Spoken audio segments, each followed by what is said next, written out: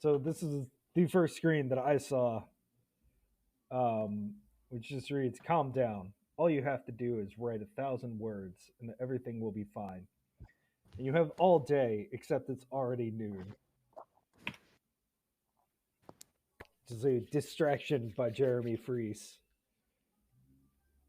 I think I looked him up. Has he done anything else? He is actually, I believe, a mathematics PhD student, which, for various reasons, that is a lived experience that is going to show up very well in this game as you go through it. The interesting thing about this game, there are so many interesting things about this game. If I want to approach it from an egotistical lens, I could talk about how this was almost single-handedly the title that reawakened my love of interactive fiction. The other one being Bronze by Emily Short in 2006 or so.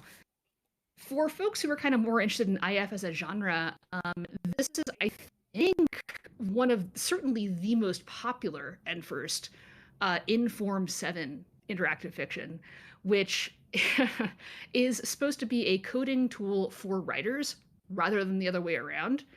As in, like, Inform by Graham Nelson was created as it opened up the possibilities of interactive fiction in a way that your adventures works never could even dream of, right? And then Inform went through evolutions, as languages do. And Inform 6, hang on, I'm going to quote real quick just because I find this delightful. So this is an excerpt from the Inform 6 manual. A door is a kind of thing. A door is always fixed in place. A door can be open or closed. A door is usually closed. It is a natural language processor, right? In a way that coding languages just don't tend to be. And this thing, like the way that the syntax and the parsing of Inform work, is that it is not just parsable, but readable, if that makes sense. Sorry, I'm dorking out here a little bit, but I just love this game so much, you guys, and I hope that we're not blowing our wad a little too early showing it to you. No, this is actually the thing, and one day I will put some more WD-40 in this chair. One thing that I enjoyed about it just immediately was that it was like it says please just write at the beginning of it, and that's Mm-hmm. almost a instruction that you don't need to use after playing, ZX Spectrum games. It's very freeing to be like, here's a parser that should just work and read your mind. Mm-hmm. Um, so, all right, let's read this first paragraph. You told me you were making progress. Then I found out Australian accent. Nothing, I'm joking. Go on. absolutely not. Do it. You told me you were making progress, and I found out you haven't finished a paragraph in 5 months. What did you expect? So now here you are, up in your office. I'm sorry that today is a Saturday. I'm especially sorry that today is your 30th birthday. We had all kinds of adventures planned. I refuse to feel guilty. Of course, I'm still upset. I will try to set that aside and be encouraging. I really do want you to succeed today. Please, just write. Well, let's try to write. All right, right. You're standing. You've been pacing most of the morning, stewing about our fight last night. I don't myself see why one can't type just as easily standing up as sitting down. But you were adamant that you can only focus enough to write seriously if you were seated. Sit Well, down? sit down and write. Yeah. I wonder, and write. Will that work? Yep. Yep. Oh man, having up is so wonderful again. So nice. Okay, you're seated at your desk and ready to go. Just right. Unfortunately, with all the pacing about and ruminating, you've been here over 2 hours, but haven't actually opened your word processor yet. Can I look around the room? I will also invite you to look at the top of the screen. Every time we try to write, there's another reason that we can't write, which, as anybody who has tried to write can attest, is very fucking accurate. As I spent all day, what's the word for when you're procrastinating but you're going to be productive? Mm, There's some word for it, and that's exactly. I did not notice that at all because I'm just focusing on the box at the bottom. So that's cool though, because it also tells you, all right, here's what you have to do to try to start writing. I'm gonna do what I normally do and look around the room. Oh, right, of course. Excel is easy.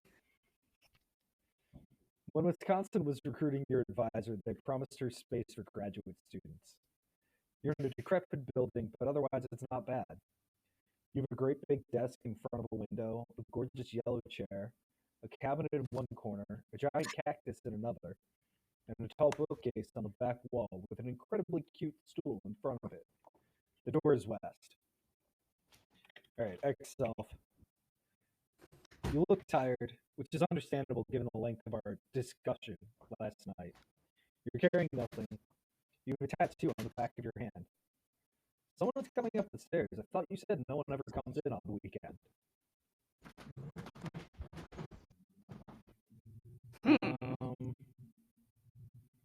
Um, X, Y, Z, Z, Y. That time on the sixth floor of the library. Violet, that was magical? How did you do that? Any sufficiently awesome girlfriend is indistinguishable from magic. Cute.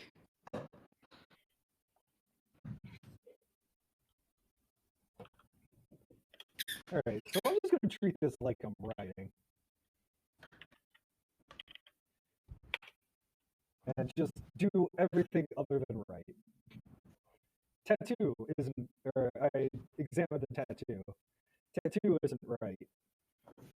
You scrawled TYVTWD on the back of your hand before leaving this morning.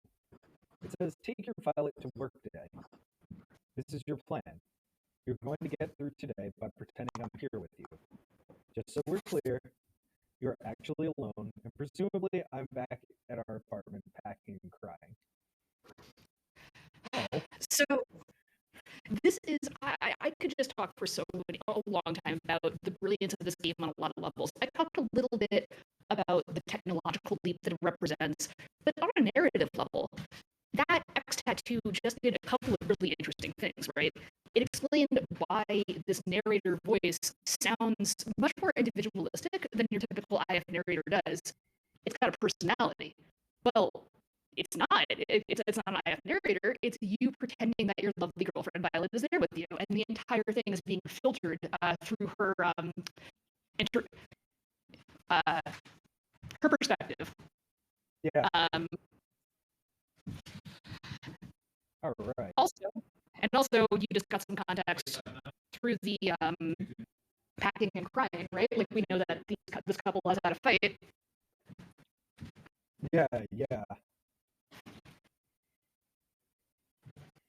All right. Well, I X the tattoo. I zizzied. I'm gonna scroll up and just see what else I can do. Well, I'm sitting down. Oh wait, I need to open the word processor. Let's write. We can definitely write when we open our word processor, right? Open. Chapter 3 of your dissertation awaits. You can do it. Right. You start trying to focus on the screen and type. You were very tired. Realized that you hardly slept last night between being all worked up from our fight and then being banished to the dodgy futon in our living room. Still, I know you won't let a little grogginess stop you. You are determined. For us. We're in the doghouse, my man. Is there coffee? I know I can't do anything without making a pot of coffee.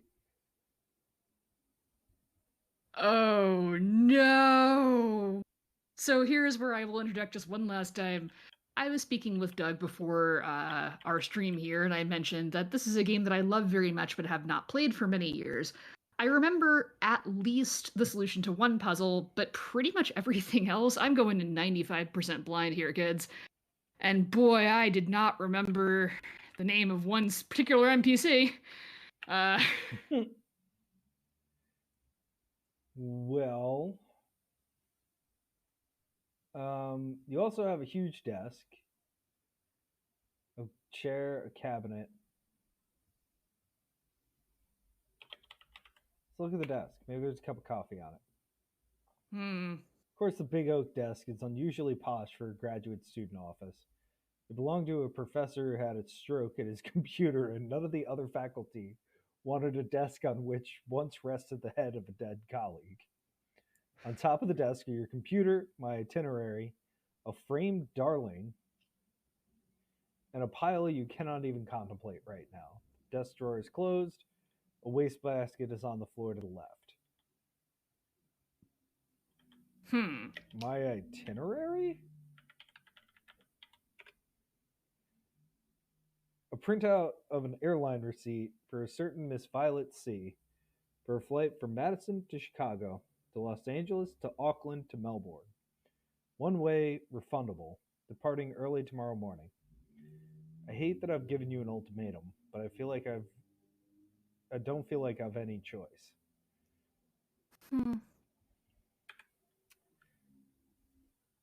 All right. X frame. I took the concert flyer from our first date and made it into a hard plastic laminate, like a shrinky dink. I made a clear plastic sheet the same size to go over the front of the photograph.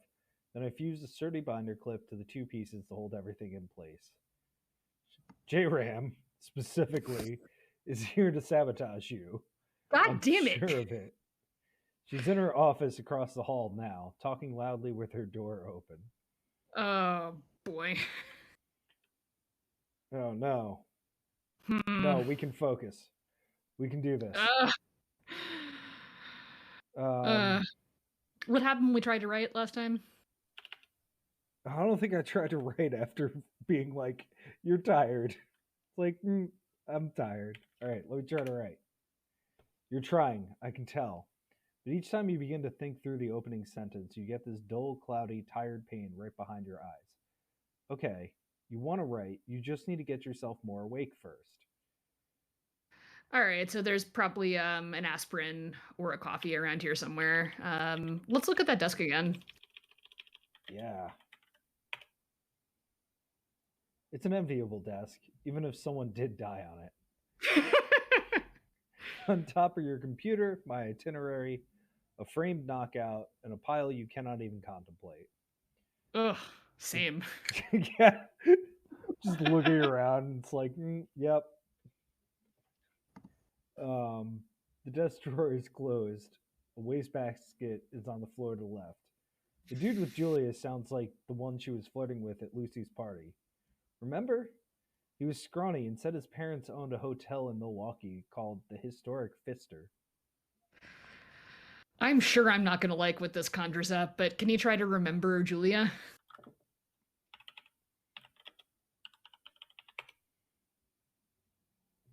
Nope. Can't do that. I only understood you as far as wanting to remember. All right. Let's open the drawer. The drawer's got to have something. Open the drawer! You open the drawer and there's a shiny little key in your notebook. Although you write on your computer, you still like to keep a pen and notebook handy because it sometimes helps to work out more complicated sentences in longhand before typing them in. Use several pens in your bag. Hey, Budgie, where's your bag? Ah, shit, where's our bag? Can I just X bag? I don't see it here. It's standing up Yeah. first. I don't see it here. How Where is it? Ah, you were so distracted this morning that you left your bag back at our apartment. I'm a gentle girlfriend and will refrain from marveling at how it's past noon and you're only realizing this now. You cannot go get your bag. You know you're doomed to an afternoon of meandering distraction if you leave this office. Okay. Well, let's get the key. I'm sure that'll be useful. and our Yours, notebook. Wallaroo. Okay. So I thought you were half joking about the Australian accent. I wish I could do a fake Australian accent. Well, here's the key though. It doesn't actually need to be good. Taps forehead knowingly. Let's get the notebook too. Yours, Dundee Cake. I don't know why I confided in Lucy about our problems. I should have known she would tell Julia. God damn, Lucy. Lucy is the real villain here. All right, let's see what's in the notebook. Is there anything in the notebook that could be useful? It's a smallish notebook, about 10 by 15 centimeters. The cover is lenticular. From this angle, it's a drawing of the comic book hero Professor Detective telling one of his graduate students, "You carry the heaviest of all burdens, potential." Several pages inside the notebook have writing on them. Read notebook? Tilt cover. Tilt cover. I mean, read the notebook, yes, but You're going to have to use a different verb for me to understand what you mean. Turn cover? I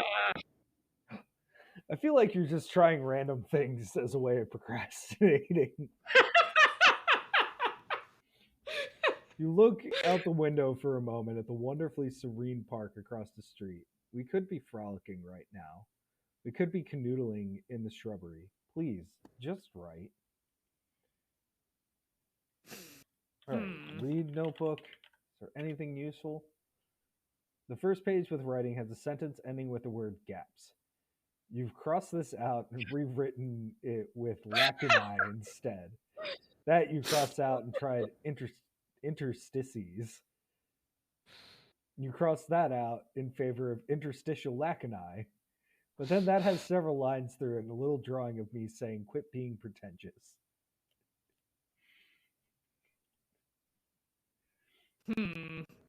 This is maybe the most real depiction of writing that I may have ever seen. Okay. Well, great. We're standing up already. Bear in mind that, meanwhile, I'm using the walk-in closet of our apartment as a, quote, studio. All the things. Okay. So standard IF protocol. Let's examine everything. Okay. We looked in the drawer. We got everything from the drawer. What else is on the desk? Your computer, my itinerary, a framed darling, and a pile you cannot even contemplate. A wastebasket is on the floor.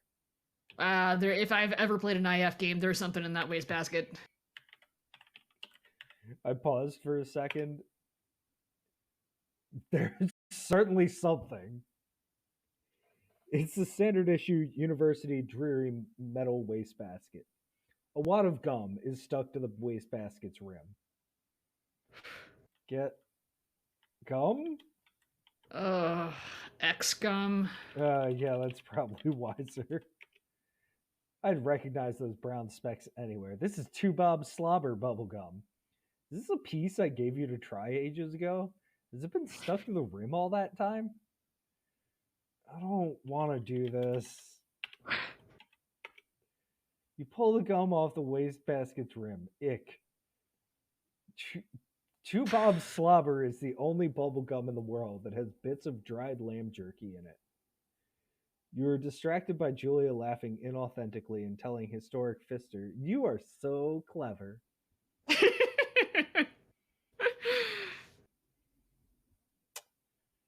Okay, well, that I'm just gonna tell myself that was worth something. I'm gonna look in the pile. Yeah, definitely X pile. It's detritus from teaching, a couple unfinished side projects, and the earlier dissertation topic that you were asked we never speak of again. It's been accumulating and now makes you feel too overwhelmed even to contemplate. Except today, when you absolutely must write, you're feeling an overwhelming urge to tidy it. Oh no! Tidy pile! Tidy pile! Tidy that pile! You pick up one thing, then put it back down. You pick up another, then put that down. You start thinking that what you really need is comprehensive office straightening solution. You're thinking about making a diagram, maybe a spreadsheet. Stop. This is not what you should be doing today. Out of the pile, however, you do pick up a potato gem. What the Christ is a potato gem? I always forget they aren't called potato gems here. Just like I can never remember that it's cotton candy instead of fairy floss. I think you Oh. bought tater tots for your lunch a fortnight ago. I hope it's not older than that. That's 2 weeks. That's too old for a tater tot. Get. Oh, you already have that vegemite. You're looking out the window again. Today in a park, a laughing couple that could have been us toss a frisbee back and forth. An older gentleman is walking his Malamute. So we're definitely going to have to cover up the window at some point, right? Yeah, probably. There was a professor at uni in Melbourne who was sacked for living in an office smaller than this. He had a few kangaroos loose in the top paddock, as my mom would say. Hmm. All right, so we looked at the desk pretty thoroughly. How about we check out the chair? Xing the chair. It was just some dreary old office chair that they dragged up from the basement for you. Then I came up one weekend with this amazing yellow veloury pleatherish fabric and upholstered it. Ooh, X upholstery? Will that work? It might if I could type. If they had that same pattern in a more sheer material, I would have made a sundress out of it. Man, they should teach this in college classes, not just in sort of game design or new media classes, but like, this is how you create a narrator voice. Yeah. No, I have already like a very clear picture. And like, we're just looking at things. Okay.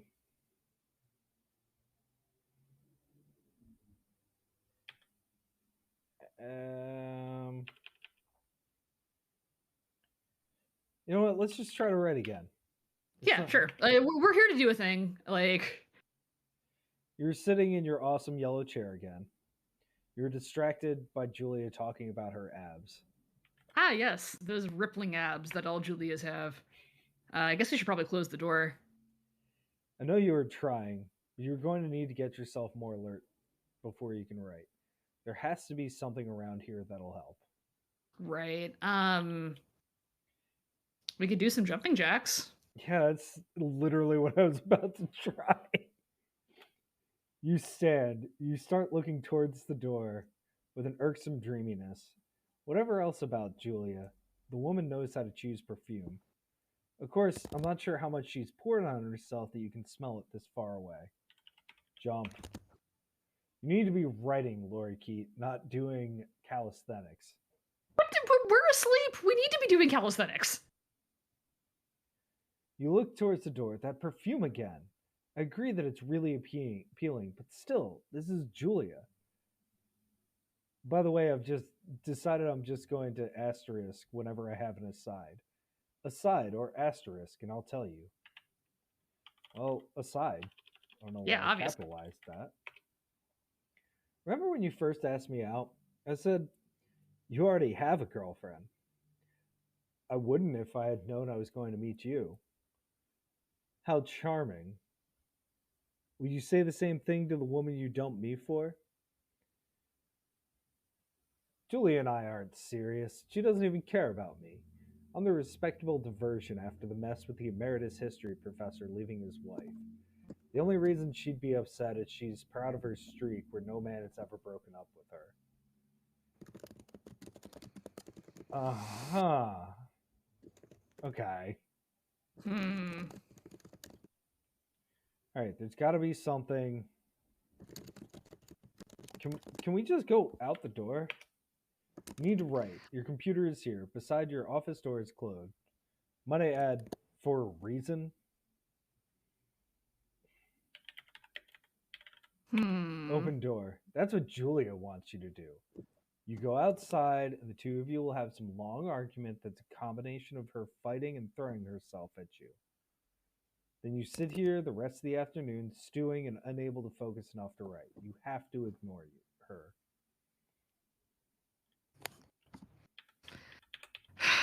Okay, so we need to find something to wake us up. There's a bunch of stuff that we haven't checked out yet.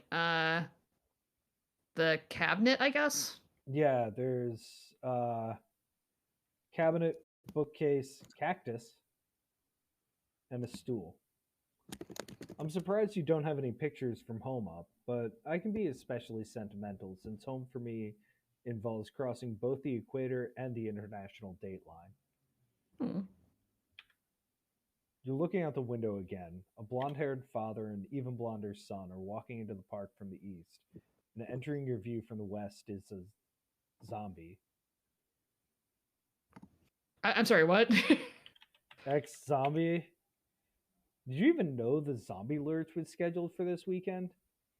I loved doing your makeup for it last year, especially the drool running down your chin. Oh. Okay, no. Focus. Not on the cactus. Cabinet? Yeah, let's look at the cabinet. X cabinet. You know, it just occurred to me this would have fit in really well with our one room game series last week. It's University Drab, the sullen cousin of University Dreary. About a meter high with a silly fake wood front. It's closed and locked. On top of the cabinet is the opposite of drab, a spectacularly intricate origami trophy. Get trophy. Get that trophy. Yours, Mutton Plum. I have to confess, I think the trophy is absolutely sublime. You're distracted by Julia saying, especially loudly, you could use mine to calculate pi. What does that even mean? Well, there's an aside. Remember the story about how when Julia was in college, she told two math guys she'd hook up with whichever one memorized pi to the most places? She made them stand on chairs at a party, alternating digits until one of them missed. She claims it went on for 2 hours. And she didn't even go home with the winner. Said there was a Russian computer scientist who claimed he could spontaneously generate truly random digits. She said, prove it. He said 4. And she swooned and pulled him into a bathroom. I cannot believe she told you that story and you continued dating her.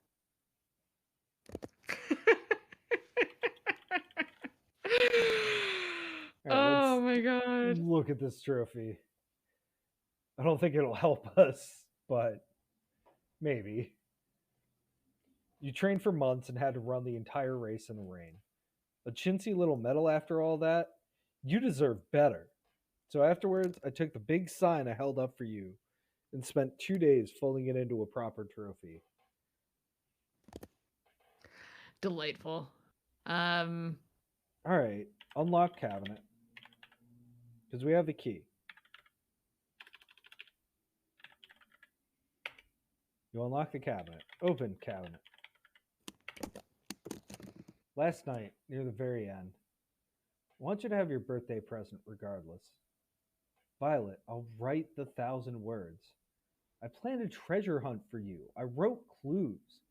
It was going to end up in your office. I'm going to write tomorrow, I promise.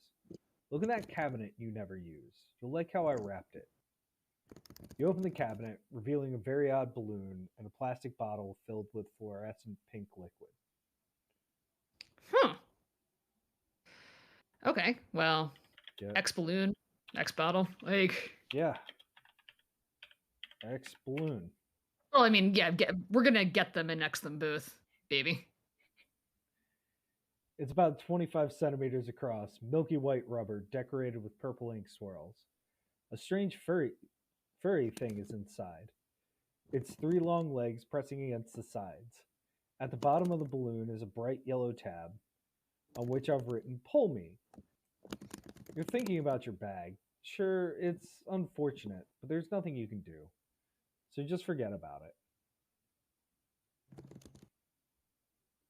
it. Uh, pull Hmm. pull tab? I, I don't see why not. You pull the tab, and the balloon deflates with a pop and a whoosh. You hear me shout, "Happy birthday!" and zestily toot a kazoo. What's left is a white rubber square with a message written on it.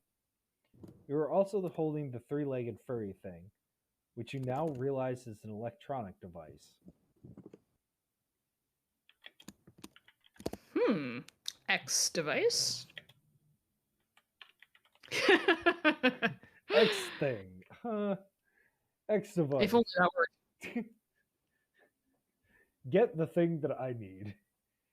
X device. It looks like a set of over the ear headphones, except there's a third one, and it's covered with short brown fur. There's a little plug that allows it to connect to the USB port of a computer. Tiny letters on the plug say platypod. Hmm. All right, Cute. we'll come back to that. X I bottle. don't remember. I don't remember that part. Okay, X bottle. The bottle is dusty. Is this even yours, or is it left over from Marty? The label has several large characters, what look like a cross of Chinese, Cyrillic, and cuneiform.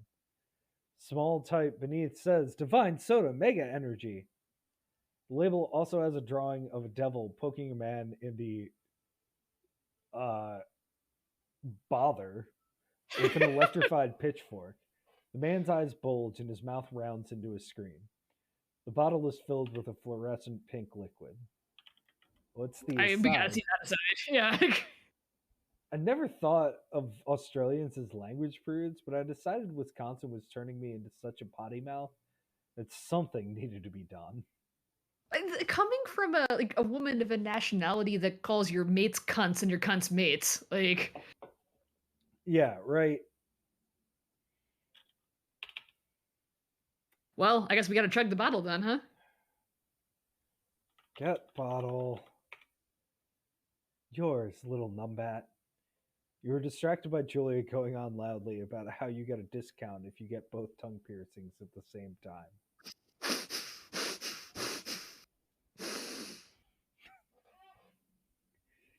Drink bottle.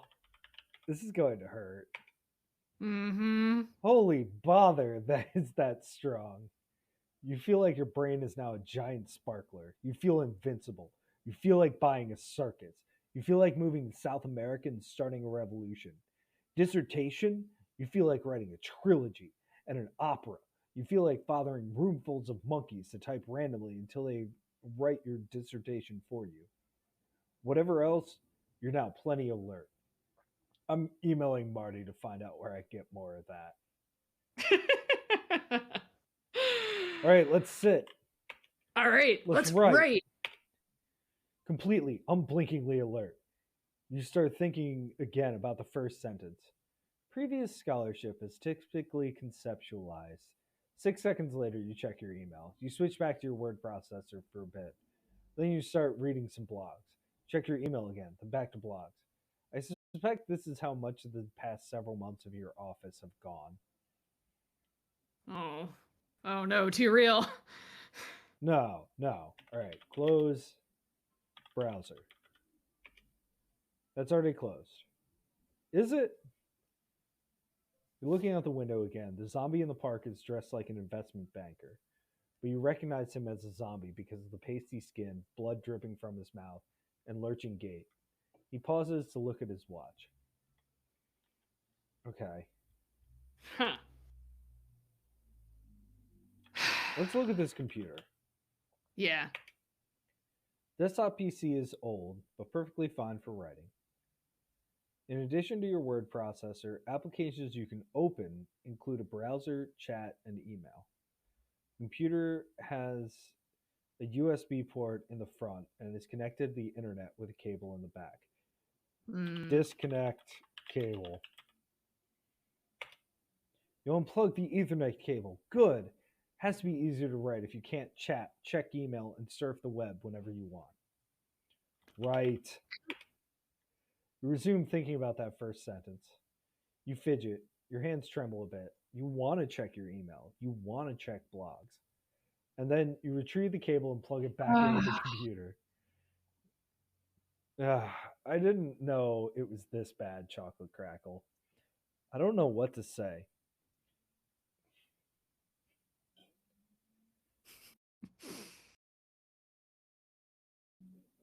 Man, I need a cough button. You were distracted by Julia talking about her bother. I can't believe you dated someone so crass. I can. Hey. Okay, so we need to get rid of the cable somehow. Can we give it to Julia? What if we cut the cable? Ooh.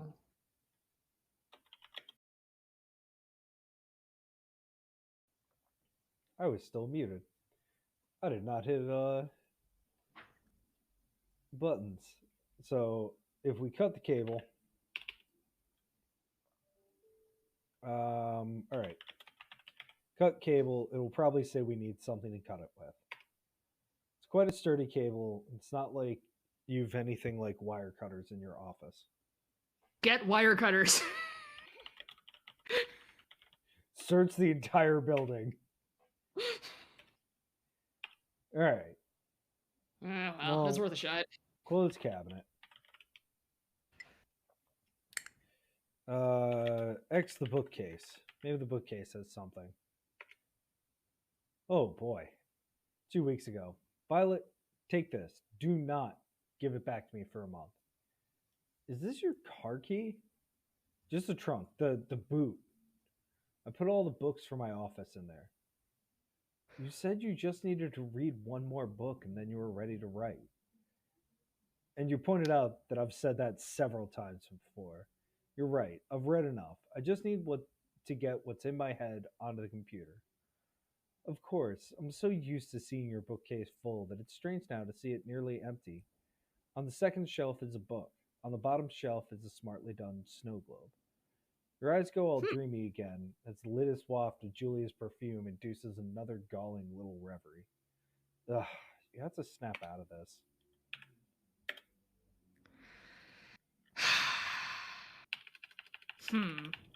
X book.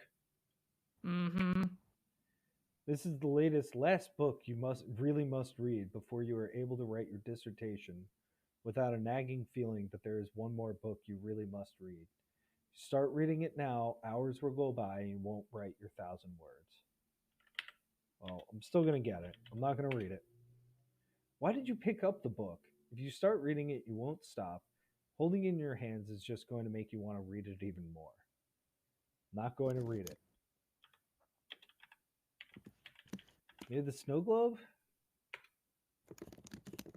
It's a glass globe with a plain wooden bottom. Inside is a happy winter scene with a paunchy, smiling figurine in a white outfit and snow up to his ankles. His hands look like they are covered with chocolate. You see the way you're looking down at the book. You want to read it. You need to resist. No, I'm not. I'm not reading it. Yeah. Yours, Sticky Pudding. I still can't believe I stayed up 2 nights straight making it. You fiddle with the cover of the book. You're thinking that you could just read the table of contents and maybe the acknowledgments. Yeah, I'm feeling that we activated a trap here. We're gonna need to get rid of this book, like, ASAP. Should I just drop the book? Can we? Put the book back on the shelf. You're looking out the window again. A second zombie enters the park from the east, holding a sign. The first zombie looks relieved. X sign? You know those hipsters dressed up as zombies. They're always agitating about something. Okay, okay. So this is meant to be what, Madison? Yeah, it's somewhere in Wisconsin. Cute. Okay, so we haven't looked at the cactus or the stool yet. Which one first? Cactus.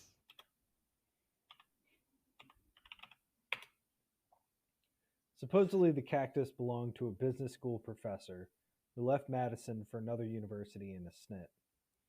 An accidental transposition of numbers on a form caused it to be moved in here instead of university botanical disposal. And your department won't pay to move it again, so it's been here for years. Obtrusive, sure, but at least it hides that ugly pipe leading up to the sprinkler on your wall. Hmm. Plus, plants are cheery. I'm glad the pot is too heavy for you to be able to move it yourself. I think you should let me read Julia's lines. Go for it. You were distracted by Julia saying especially loudly. Impressive, huh? When I was in high school, my guidance counselor recommended that I become a contortionist.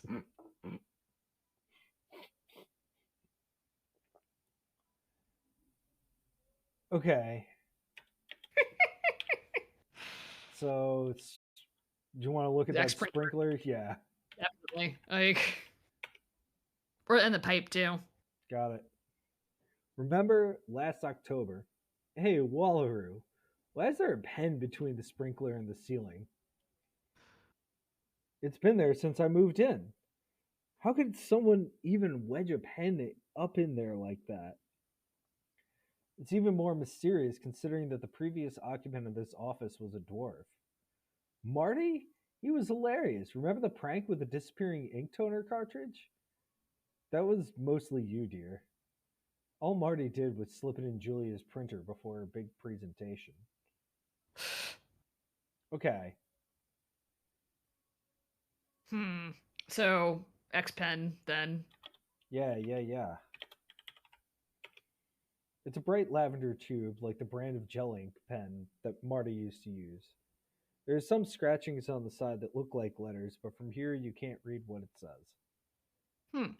Okay. Can we just reach up and get it? Yeah, get pen. You can't reach it. The sprinkler is more than 3 meters off the floor. By the way, you know full well that Marty is not a dwarf. He's not even especially short. It's interesting how your mind consistently malforms men who have crushes on me. Colin has 3 tiny birthmarks on his cheek, and you call him Splotchy Boy. Oh, it's not totally nice. Yeah. Oh, I'm getting the sense that we're kind of a jerk. Okay. Stand. So if it's too high off the floor, can we stand on the desk, maybe? Yeah. You climb onto your desk. Be careful, Gumnut. You're thinking about your bag again. Why am I always so forgetful? You say out loud. Why am I always so disorganized? Wallaroo, dwelling on it won't help. I know, you exclaim. Why do I always dwell on everything? Get pen. It's on the other side of the room in the corner above the cactus. Okay, well. You do, right. Wallaroo. Alright. There's a stool, right? Yeah, we should probably move the stool over and try to stand on it. Remember me looking triumphant as I haul the flimsy stool into our apartment? Look what I found in the dumpster. Just what you need. Do you think it'll collapse if I stand on it? Not immediately. Just be careful. I can't believe the secretary said I was undeserving when I asked if I could have a stool. This stool is better anyway. Maybe I'll paint on it. You were distracted by J-Ram saying especially loudly, "It's not so much that I'm double jointed as just very determined." This is just wonderful character writing. I know. It's one of those things you cannot believe this dude had never created an IF before. Like, it is so the confidence in the voice and the skill in all of these little things. Like, I don't know. All right. Get stool. I'd understand if you wanted to move the stool somewhere else, but I don't see the point of trying to carry it around your office. Yeah, that's fair, I guess. I All don't think right, it's. so move stool by cactus.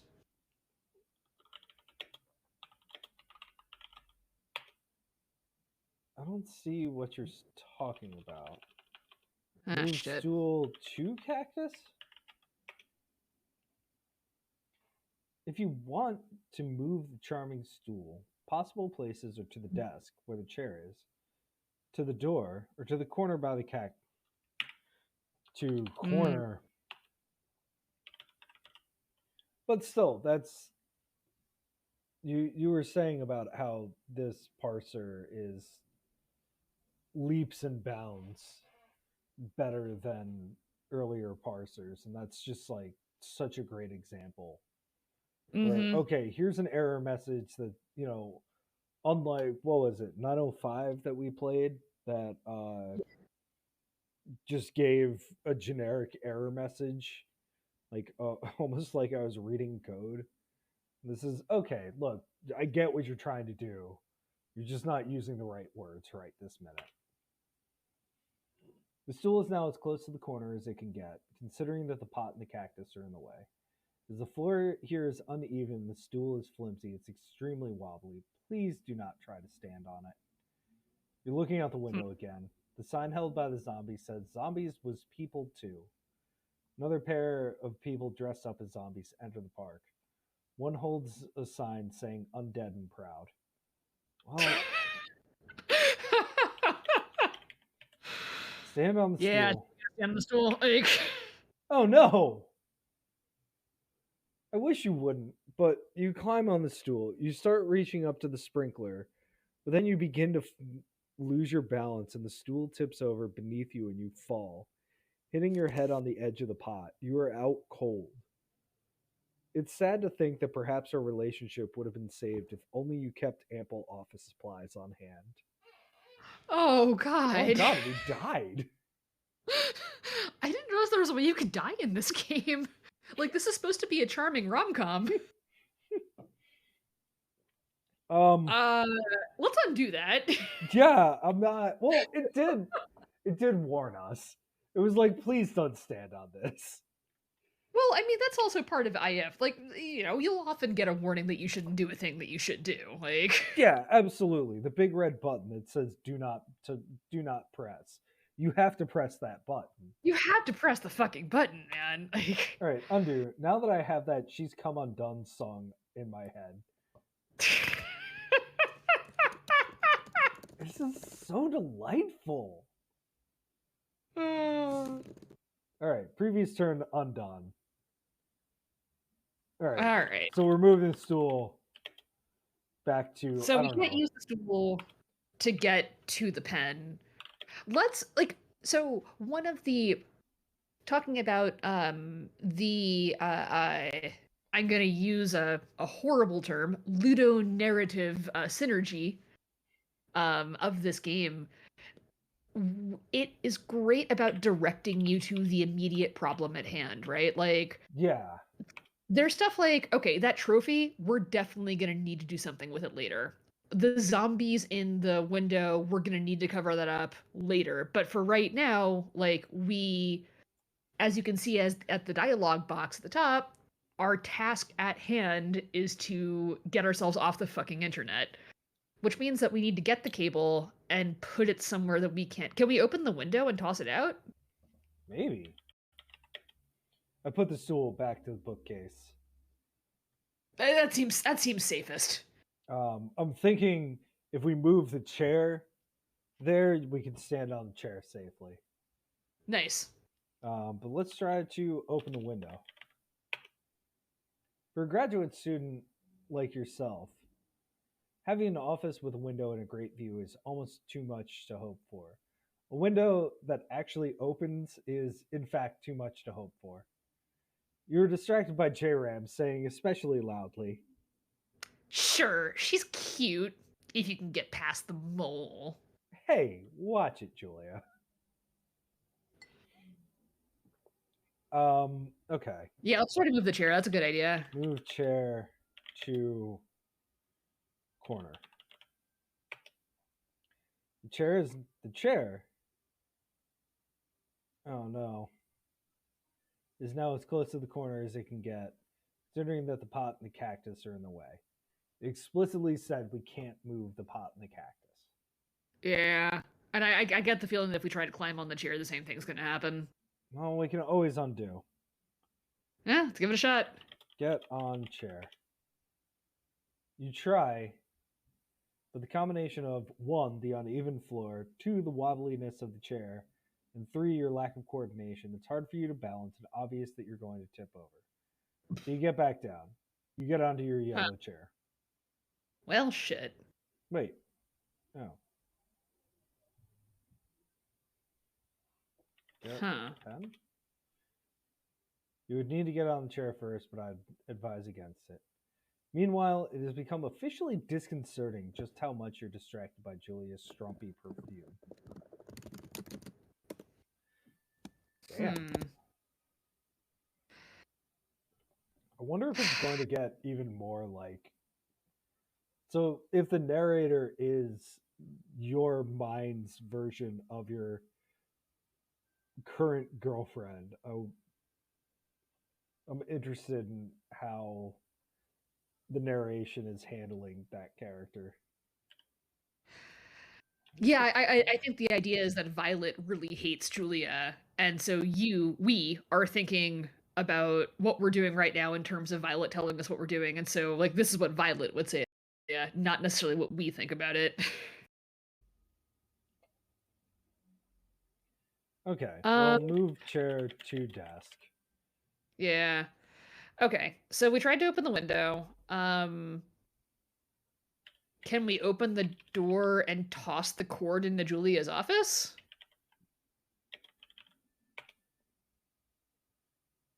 Oh.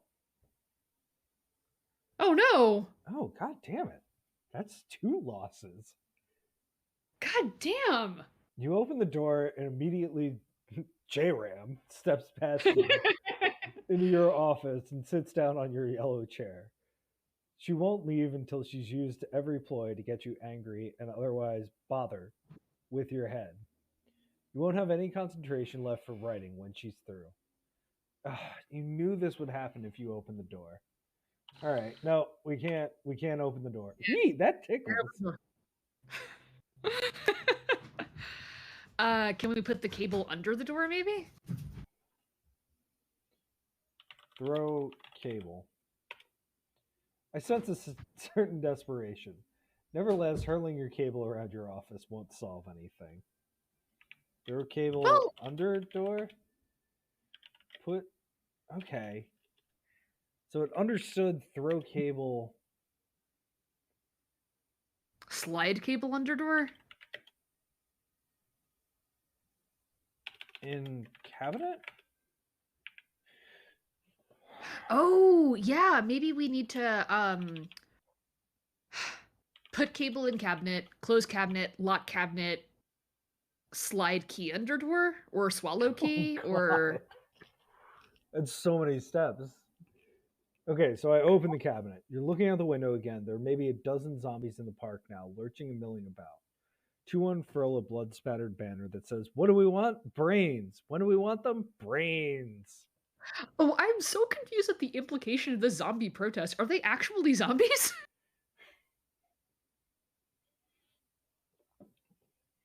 I think it's a no, they said before that you would do zombie. It's like a zombie pub crawl thing. Ah. Okay. Put cable in cabinet. You need to be holding the blue Ethernet get cable. Oh, for God's sake. You're now holding the Ethernet cable. Put cable in cabinet. You put the blue cable into the cabinet. You're distracted by J-Ram saying... She makes things that look like summer camp crafts and tries to convince people they're odd. I wonder if I'd get away with it if I killed her right before my flight leaves tomorrow morning. Okay, you put the blue Ethernet cable into the cabinet. Said, close cabinet, We have to swallow the key. I bet you anything. lock cabinet. You lock the cabinet. Clever little wallaroo. Swallow key? It looks so easy in movies. You put it in your mouth and will yourself to swallow hard. But when the key is at the top of your throat, some primordial terror reflex kicks in and you cough the key back into your hand. You're thinking about your bag again. Honestly, you probably don't even really need a pen, except now you're obsessing about how you'd have a pen if only you hadn't forgotten your bag. Well, fuck. That was such a good idea. Okay, well maybe doing that is enough. Slide key under door? You slide the key under the door. Feels good to be rid of it. Excuse me. You hear Julia tell Historic Fister a few moments later. Then you hear footsteps and see the key skidding back under the door into your office. That's fucking not fair, game. Fuck you. Okay, maybe it's enough. Maybe it's just. I got a bad feeling about this. All right, let's write. Let's write. Just fucking do it. Try again. Damn it! You're right. Okay.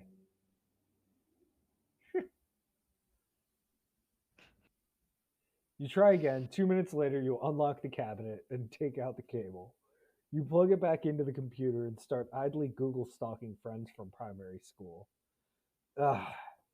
We're not going to be able to work out your internet addiction issues today, Nutter Butter. We need to move forward anyway. Gamely, you unplug the cable and lock it in the cabinet again. Okay, so we need a way to get rid of this key that is contained entirely in this room. Why can't we swallow the fucking key? Look, key. Oh, X key. Believe it's the key to the cabinet. You're distracted by J-Ram loudly saying, I bet when they first hooked up, she was like, would you like to see my didgeridoo? That has to be the most gallingly inept fake Australian accent I've ever heard. She sounds like a Norwegian parakeet. And that is why I am not doing a fake Australian accent. I listened to a full mini season of Dungeons and Daddies. Can we bury the key in the cactus? No, because then we could just we could just dig it up. Let's look at the room again. Huge desk, gorgeous yellow chair. I just love the way that the narrator works. All right, a gorgeous yellow chair, a cabinet, a giant cactus, a tall bookcase, and an incredibly cute stool. On the desk are your computer, my itinerary, a frame beauty, and a pile you can't even contemplate. The bookcase contains a book, a wastebasket is on the floor. What if we tried to put the key in the pile? We can't contemplate the pile. It's a good place to hide it. The pile is so depressing that you cannot even contemplate it, unless, of course, it's standing between you and checking your email. Then, at least you'd fish the key back out of it. Break window. Burn down building. Break window. It's hard for me to see what purpose breaking your window would serve. More importantly, someone would almost certainly see and call campus security, and that will introduce new hassles to your afternoon and prevent you from getting any writing done. You're looking out the window again. The zombie march has attracted counter-protesters. One of them is an older man in overalls who is holding an American flag in one hand and a sign saying, "These colors don't lurch," in the other. Can we get the key up in the pipe where the pen is, maybe? Throw the key? Yeah. At sprinkler. Too late. Even if you manage to hit the pen with the shiny little key, it's not going to dislodge it. Climb bookcase. That's kind of a clue, though, because that means that later we're going to need to get the pen by throwing something at it. Oh, yeah. This is how office furniture at Wisconsin works. The bookcase is bolted to the wall, and yet the shelves are so rickety that I'm sure if you try to climb the bookcase, one of them will collapse and you'll sprain something. Amazing. Oh. What if we move the stool by the bookcase and then put the key on top of it?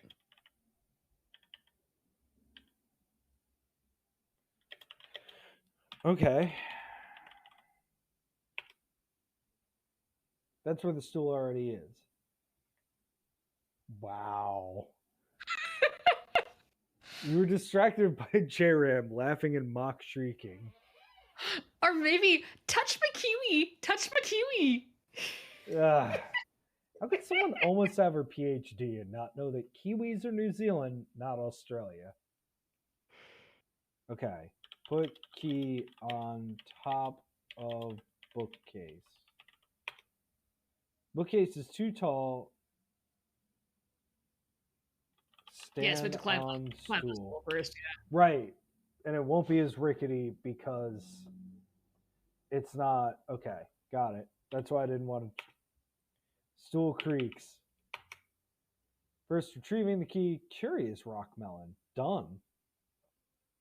You have another incredibly annoying swoony moment because of Julia's perfume. All right, down.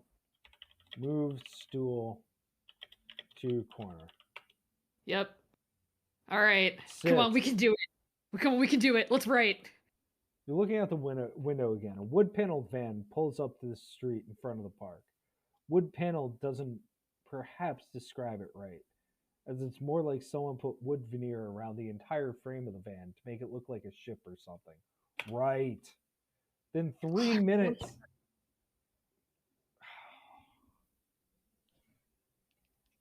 Within 3 minutes, you've retrieved the key from the top of the bookcase, taken the cable out of the cabinet, and watching a video of a dog dressed as a ballerina.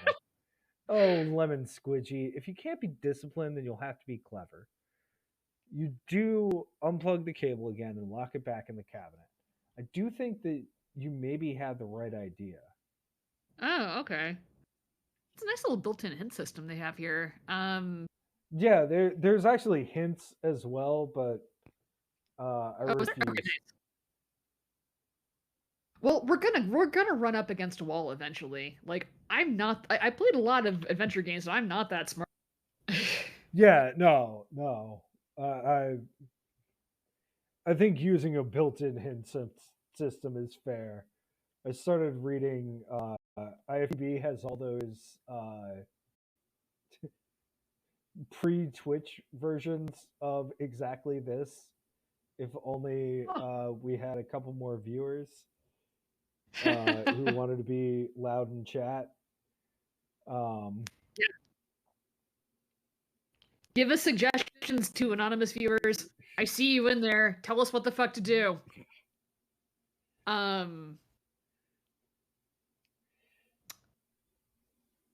Okay. Can we get rid of? We might like. So we can't open the door to throw the stool in the hallway. Can we turn the stool upside down? Or like that's not gonna work. Oh shit! Do we need to break the stool? Okay. Okay. Yeah. Put key on top of bookcase. Bookcase. Oh. Move. The bookcase is too tall for you to put anything on top of it unless you're standing on the stool. You are distracted by J Ram saying especially loudly. You've been working out? I've noticed. Oh no. Alright, move stool to bookcase. That's where the stool is. Can I just say up? There's more than one thing you can stand on here. I guess that's Stand fair, I on guess. Stool. The stool creaks as you climb onto it. You stop suddenly and mutter, I'm such an idiot. Is this about the bag again? Let it go. We talked about how obsessive self-loathing is maybe not so attractive. Put key on top of bookcase. Down, break stool. Gently but irreparably, you break the stool. I know it was practically broken already, but I love that stool. I realize you're desperate because you don't want me to leave. You can do this. I'm cheering for you. Sit. Right. So close, yet so far. You try again. Within a few seconds, you start wondering what the fear of writing is called. Scribophobia? Graphophobia? You go to look it up online. You can't. You itch to check your email. You can't.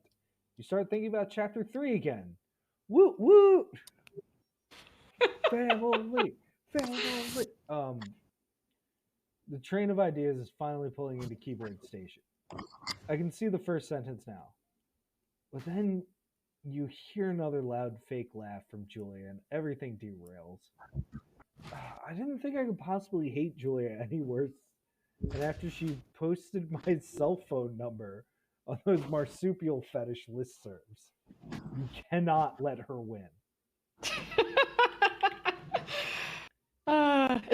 Say that I'm kind of coming to love my NP nemesis here. I appreciate the attempt, but you're not going to be able to write as long as you have to listen to Julian Historic Fister across the hall. You're distracted by J Ram's squealing. Wait, it's your birthday too? Why didn't you tell me earlier? Okay. Yell at Julia. This is what Julia wants. She wants you to engage her. She wants you to argue with her because you know it'll get you wound up and then you won't be able to concentrate for the rest of the day.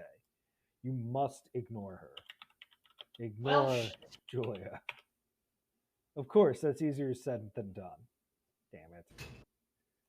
You're looking out the window again. The back door of the van opens and 10 pirates storm out the back, swords raised. I'm sorry, what? I read something last month that the most feared pirates in history were from Borneo. From the license plate on the van, these pirates appear to be from Minnesota. Okay. What do we have? Shake snow globe. You shake the globe vigorously. The snow starts swirling around the globe, turning pink and then red. Remember watching television at midnight? The Saskatoon Strangler. He killed 6 people before being arrested by the Mounties in 1986. A documentary about a serial killer at bedtime? Only 6 people, Violet. Plus, he worked as a confectioner. If I can't sleep, you can't complain about the noise when I'm working on something. You look over the book and fret. Budgie, you've had the book for at least 2 weeks, and it's only today, when you really must write, that you start feeling it's urgent for you to read? No, I'm not. I'm not engaging with this. Okay. Huge desk, resplendent yellow chair. Just keep losing it every time that it describes this yellow chair. A cabinet, a giant cactus, a tall bookcase, and a sadly broken stool. On the desk are your computer, my itinerary, a framed cutie, and a pile you cannot contemplate. Bookcase holds a book, a wastebasket is on the floor. Get frame. That seems to be part of the frame darling. Frame darling. Yours, Cuttlefish. Look at the frame again.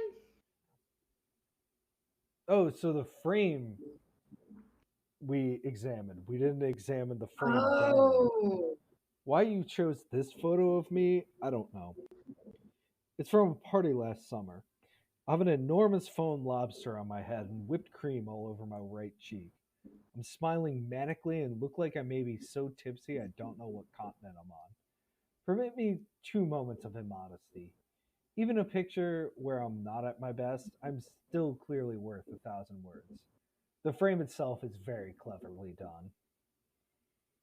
All right, so there's something up with the frame. Okay, let's look at the frame again.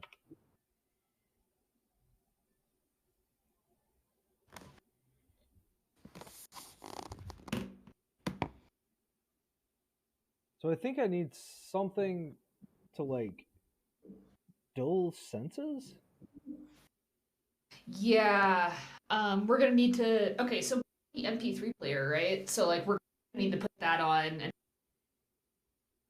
and then the perfumes. We're gonna need to put something up our nose. Maybe the tater tot or the gum.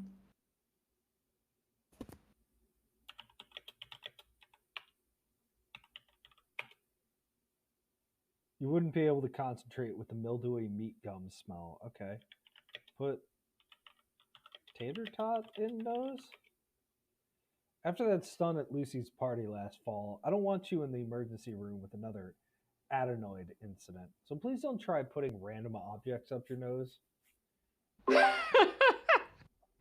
looking out the window again. A pirate with a sword attacks a zombie who protects himself with surprising agility for the recently reanimated.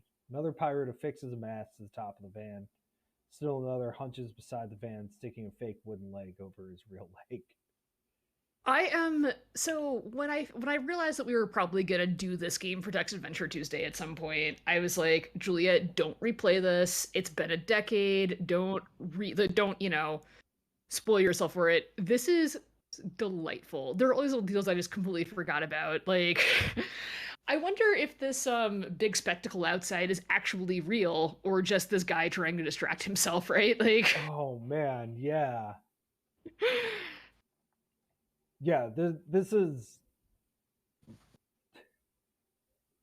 far subtler than I think anything that we've played, even the better things. Um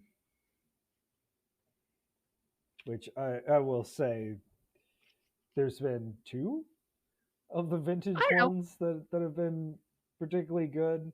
All the ones from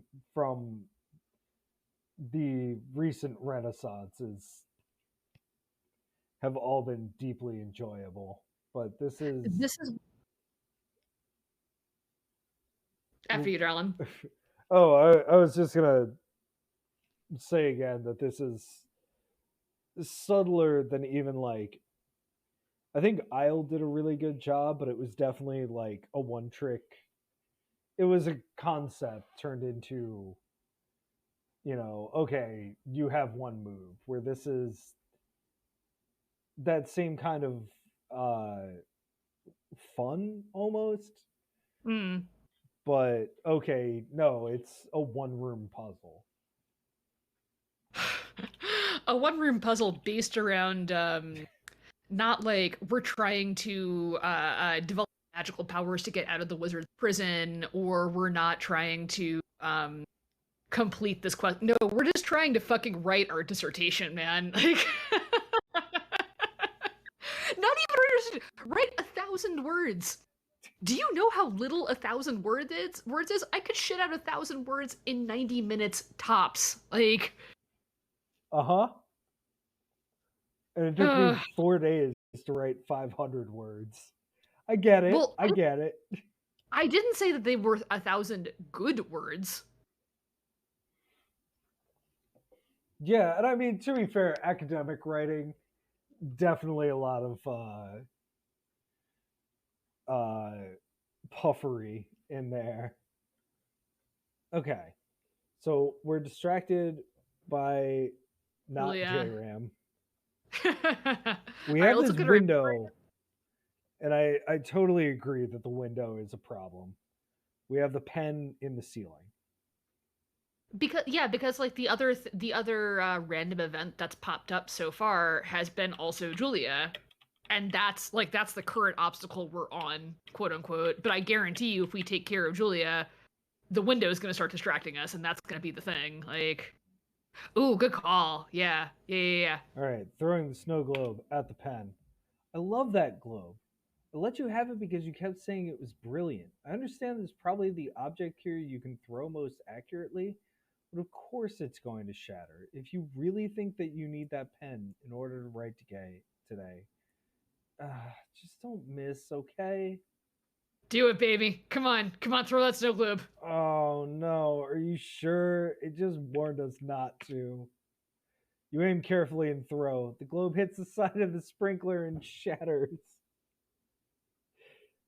That wasn't even especially close. I guess your crazy stories of Little League trauma weren't exaggerations.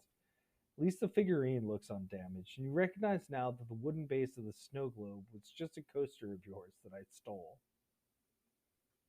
Ooh, okay, so we got a couple of new items. I guess get the figurine. I'm like heartbroken about that. Yours, Chunky Rabbit. Be careful with it. You are distracted by a historic fister making noises perhaps characterized as mewling. Oh no. Get coaster. Coaster, yeah.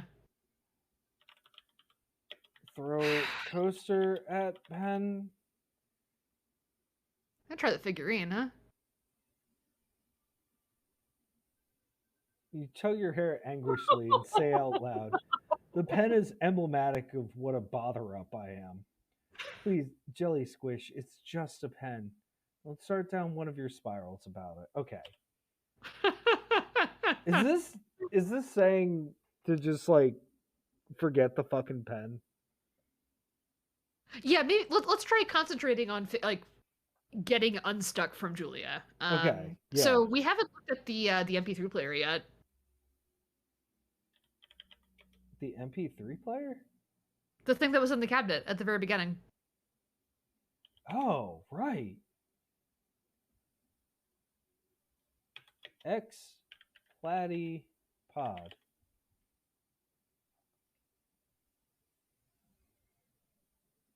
And there's a small chip in the rubber square's pouch.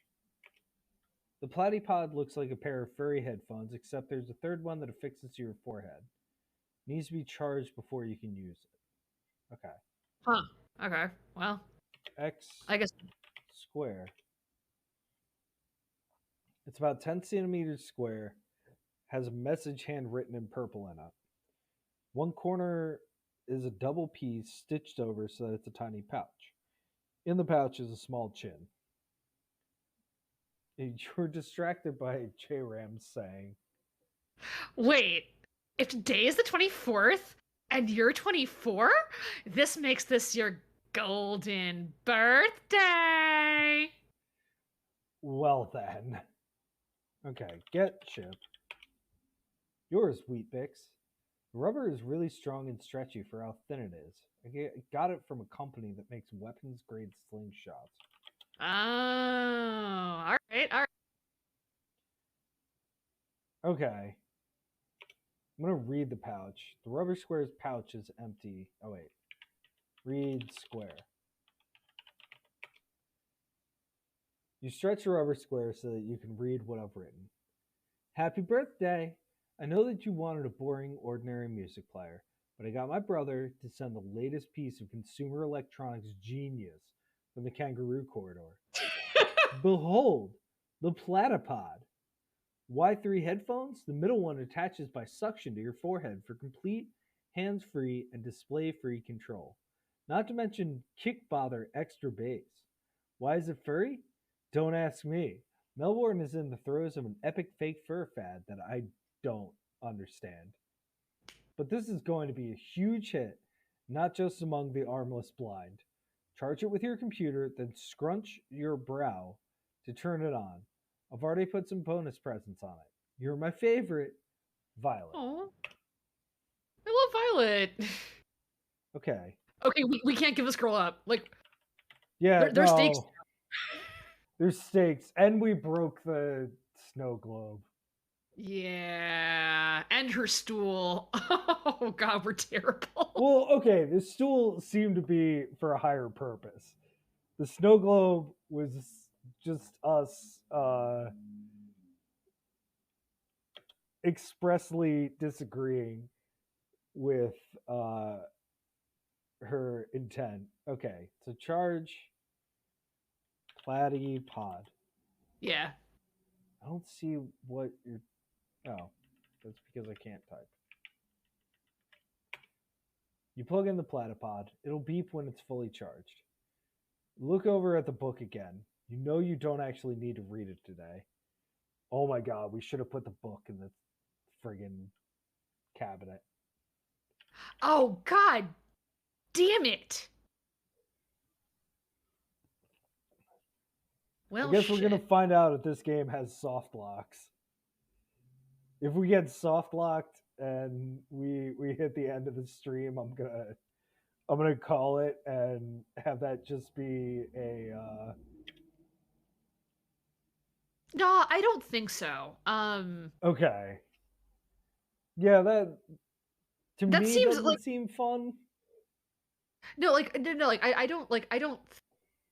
There's it does not seem like within the spirit of this game to be able to soft lock yourself, right? Like it's very like there should be no way to permanently lock yourself out. Yeah, yeah. All Quick right. sidebar. I went to this awesome exhibition about indie games at the Ben Franklin Institute when I was in Philly, and Mhm. one of the exhibits was Tim Schafer's job application to LucasArts. This motherfucker wrote an entire, it is a hand typed application letter and the entire design document for Maniac Mansion, which is just hand drawn. Like he just wrote it up, put it in an envelope, sent it off to LucasArts, and then became Schaefer. Like, goddamn.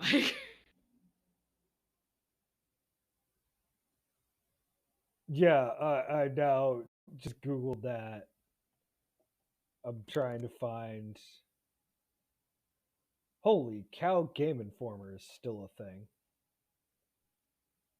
I was unaware of that. All right, I will have to look deeper in that, but that uh, Google search is now up. There's also a very funny picture of Tim Schafer that I will throw to you on a Discord. uh, okay. Can we use the fake snow or the glass somehow? Oh Oh, wow. yeah. Oh, purple tentacle. I love it. All right, yeah. Get snow. You were distracted by historic Fister's shrieking attempts to summon a deity. Oh Oh, no! oh no. Okay, get What what is happening over there? glass. You'll cut your hand. You can worry about cleaning it up later. Okay, but we can get the snow. The platypod is fully charged. You retrieve it and return to what you were doing. Put platypod on. The platypod fits nicely in your ears and against your forehead. It is switched off. You have to get over Julia's perfume. I'm being indulgent with you here. What'd you say to turn it on? Scrunch brow. My voice. Look, it even lets you record a startup message. How the platypod works. You cycle through the different playlists by raising your left or right eyebrow. Nod to skip to the next track. Jiggle your head clockwise to turn the volume up, and jiggle it anti clockwise to turn it down. The platypod turns on. A mechanical Aussie voice announces, now playing MC Dingo, straight out of Down Under. You Oh, groan, Jesus. because you are like every other parochial American who refuses to give Australian hip hop a proper chance. Volume is low. You can sometimes hear Julia and Historic Fister across the hall. All right. So, how do you turn Okay. the volume up?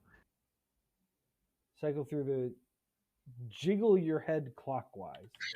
Jiggle head clockwise, I guess.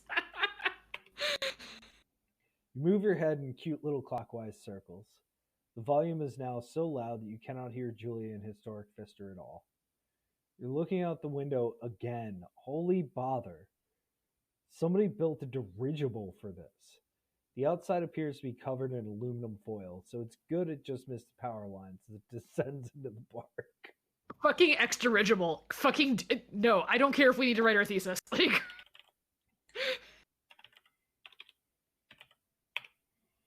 No way that can be legal. I bet there's a story about it in the paper tomorrow.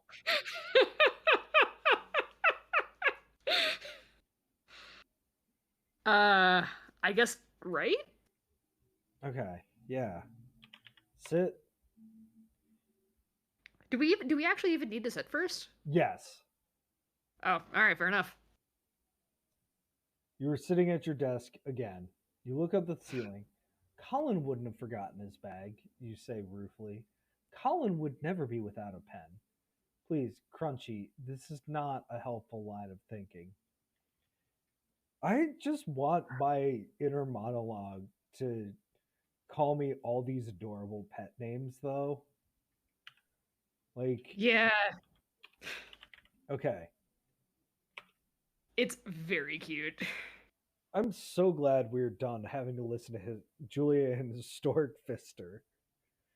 You start back on the first sentence. Among the most confounding aspects of contemporary, among the most confounding, music is so loud. It's like trying to write while sitting next to the amps at a hip hop concert.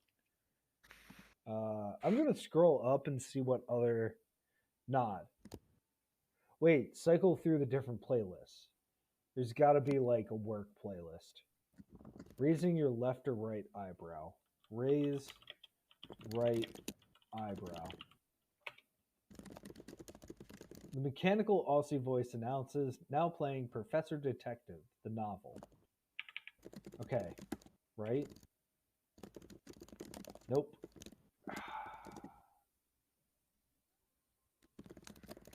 The volume on the platypod is too loud for you to concentrate. Not to be morbid, but it's too bad that you aren't a bit hard of hearing. Then the platypod can block out the remaining noise without being too loud.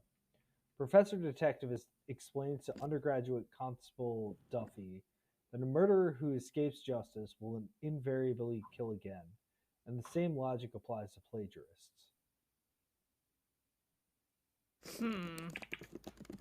Okay, let's see what else, because maybe there's a white noise track.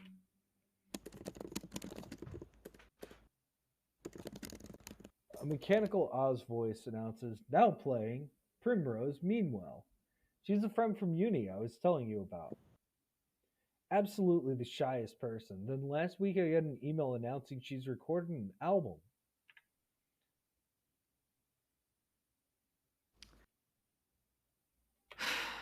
Okay. Mechanical Oz voice announces, now playing Warren Tim Harried, greatest hits. Hooray, our favorite. Still too loud. Okay. What was it? Waggle? Jiggle. Jiggle, yeah. Jiggle head anti-clockwise. Move your head in adorable little anti-clockwise circles. The volume is not loud. You can still sometimes hear Julian Historic Fister across the hall. That's gotta be.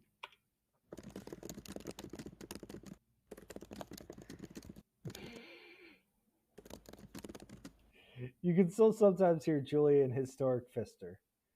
You are not going to write as long as there's any noise across the hall that you can hear.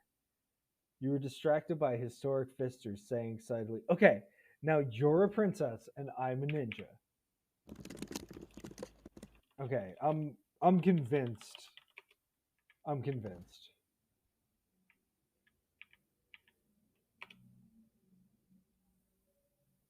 No, okay. Well, I was convinced. I'm gonna go back to her friend's band. The platypod clicks and Warren is kicking bother on his accordion again. You're looking out the window again. The zombies and pirates have regained their composure and are lurching and marauding respectively towards the landed aircraft. The hatch on the bottom opens with strange green smoke billowing out. Okay. Platypod I think we need to. Oh, sorry. Oh, the platypod clicks and the nondescript melodies of Primrose meanwhile begin once more. What do you think? So clearly, we need to listen to them. Like, there's definitely some kind of hint in music somewhere. So we've got what, the Aussie hip hop, the Primrose Meanwhile, and the audiobook, right? Mm-hmm. Yeah. What if we listen to the, like, do you think there's a hint in the audiobook maybe? Okay. I guess we'll have that on in the background. I'm just gonna bang on the wall. Sorry for being confused, Tea Cake, but you're going to have to use a different verb for me to follow you. Hit wall? You're trying to break random things as a way of procrastinating. Professor Detective is doing a crossword during a faculty meeting when suddenly the lights go out and a woman screams. Okay. Yeah, that might all be flavor, to be fair. Shit. Alright. Can I see your inventory again? Yeah. Fake snow, a small chip. We have not looked at the chip. A coaster, a figurine, a cleverly framed picture, an empty plastic bottle, a rubber square, a miraculously intricate origami trophy, a tater tot, a piece of 2-Bob slobber bubble gum, and a notebook, and you're wearing the platypod. Huh. Okay. So we definitely... Oh, sorry, go. Let's look at the chip. Yeah. And then I just got a thought. Did it hurt? A little bit. The tater tot is probably heavy enough and can be fired. Yeah, because she said earlier that the rubber square is stretchy, like a slingshot. Yeah. All right, the chip. It's like one of those chips in a musical greeting card with a tiny plum-colored V painted on it. When you squeeze it, you hear me shout, "Happy birthday!" and then a cheery kazoo toot. Oh. Look at the book again and start butting on your knuckles pensively. You need to put it out of your mind. We'll look at that another time. That is a problem, not right now. Yeah. The pen is also not a problem right now, but... Yeah, right now we need to figure out how to stop Julia shrieking in our ear and perfuming all over us.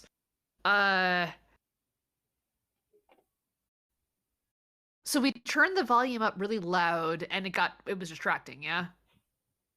Yeah, it was too loud. Shit. Try to write again? Sure. Sit. Right. Volume on the platypod is too loud. Shit. All right. The confounder has Professor Detective tied up in his secret hideout next to the cyclotron. The confounder cackles and taunts. Let's see if tenure will save you now. Okay. Turned it down, but you can still sometimes hear Julia and Stork Fister across the hall. Huh.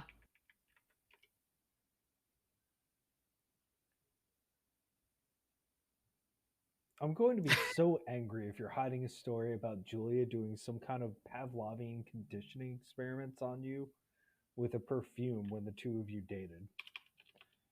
What was it? Aside? Don't even try to act like that's impossible. Julia is so twisted. This is the woman who once asked if she could put on an album of recorded 911 calls while the two of you were intimate. And you continue dating her afterwards. Unbelievable.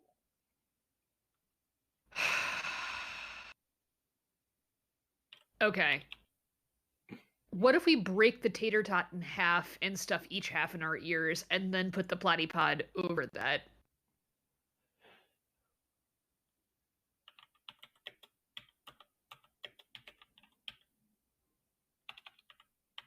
I'm sorry. I just don't know what to say to that, so I'm just going to type it in.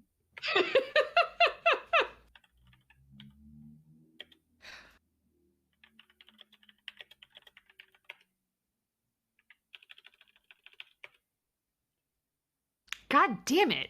Um, you're looking out the window again. Two aliens step out through the hatch. Green skin and giant foreheads. 8 other aliens jump out of the bushes and start attacking the pirates and zombies with those silver sticks that have a chartreuse coil wrapped around them.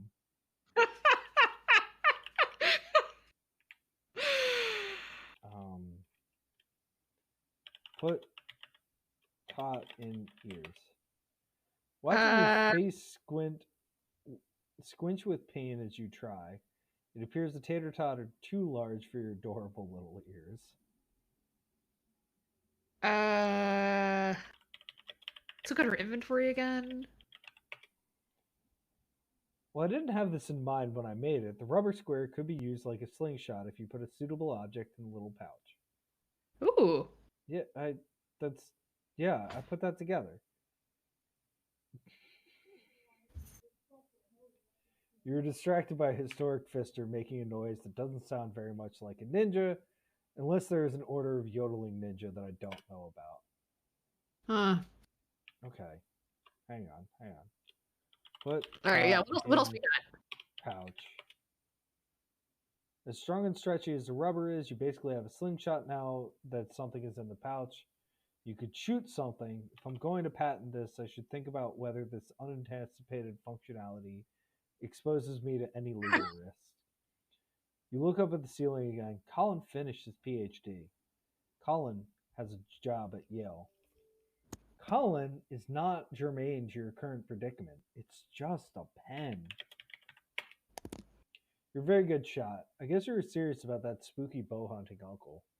Tater Tot misses the pen by less than half an inch and hits the wall where it shatters. I think you Nice. have the right idea, though. One more shot, and I bet you'll hit it. Hell yeah. The gum. The gum can't shatter. Ooh, yeah.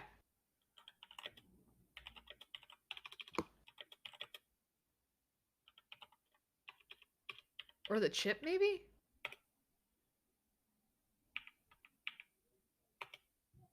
The gum is maybe not quite dense enough to work. It flies in a looping arc and hits the ceiling several inches from the sprinkler without much velocity. I don't want to use the figurine. No, I bet you. I bet it's the chip, because the chip is just it just says "Happy Birthday." We don't need it anymore. That's true. The chip isn't really a good shape for this. It flies in an odd arc and misses several feet to the right. Looking out the window again, zombies, pirates, and aliens are all in the park now, mock fighting. So what do we have at this point? The coaster, the figurine, the trophy. I don't think any of that. Maybe the coaster? I think it's got to be the figurine, right? Okay. Let's try the coaster. Let's try the coaster. Done. I'm not sure I like this. Oh. The Saskatoon Strangler sails through the air and hits the pen head first, knocking it loose. The pen falls to the floor. The figure careens ahead into the wall and shatters. I spent 37 hours straight working on that figurine. I'm not sure what you're expecting me to say. Hooray? Remember when I handed you the itinerary last night? Your response, so I have tomorrow. What do I need to do? Oh. Please, I told you, I don't want another promise. I will write tomorrow. I will write every day until it's done. You won't. You have reasons, excuses, maybe more lies. Can't believe you've been lying. Violet, I will write 1,000 words tomorrow. I'll bring the pages to you as proof. I will do this every day. Then I covered my face with my hands because otherwise I wouldn't have been able to say it. Oh. You won't. I know you believe that you will, but you won't actually do it. Of course I will, Violet. I have to. And yet you won't. That's how we're stuck. I can't keep waiting and pretending. Every day, Budgie won't even do it tomorrow. I will. 1,000 words. Nothing will stop me. I need you. I need for you to write today. I wish you could just sit and type. I realize you can't. Of course, it hurts to watch you destroy things I spent days making for you. But do whatever you must. I don't want to leave you. Oh. Get pen. Get pen. Write in notebook. Damn it. The notebook is good for writing out particular sentences, but you know ultimately you need to do the real writing on your computer. You were distracted by especially loud cooing from across the hall. Let me see the inventory again. I have an unfortunate feeling I think I know what we need to do. All right.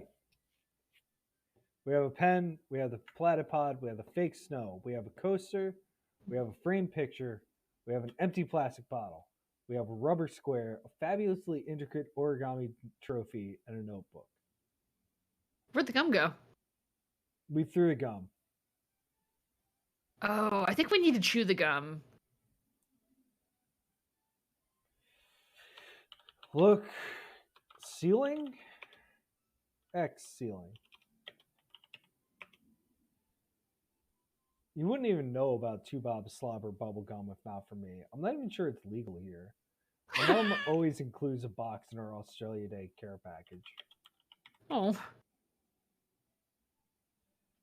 Yep, gum's back. Can we get the tater tot?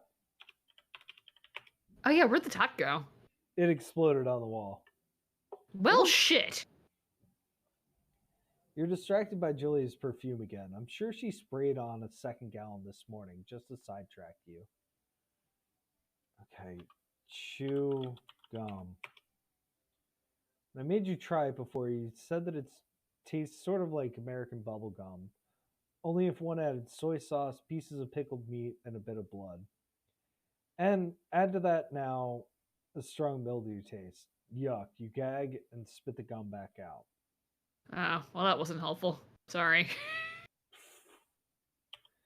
I mean, at least we got the gum again. Chew it again.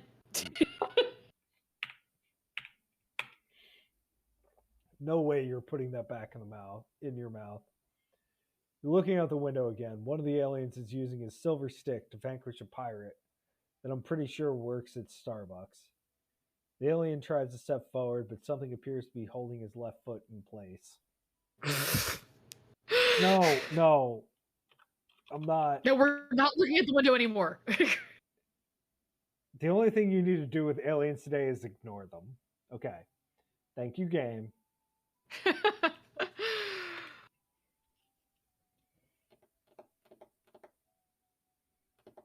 Okay.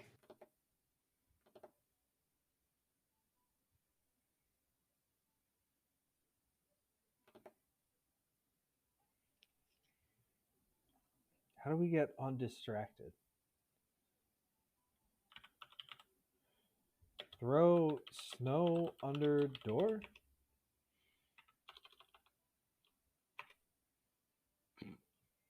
Or put snow under door, yeah. Have we X'd the snow yet?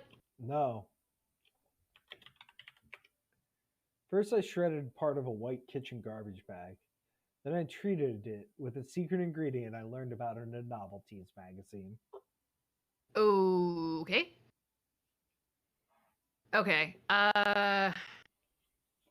What if we put the gum in our ears? You're marvelous. The gum does not block out all sound, but some. Yes! You Hell can yeah! still hear Juliet and Historic Fister when they are being especially loud. Turn. Oh, wait. Oh, man.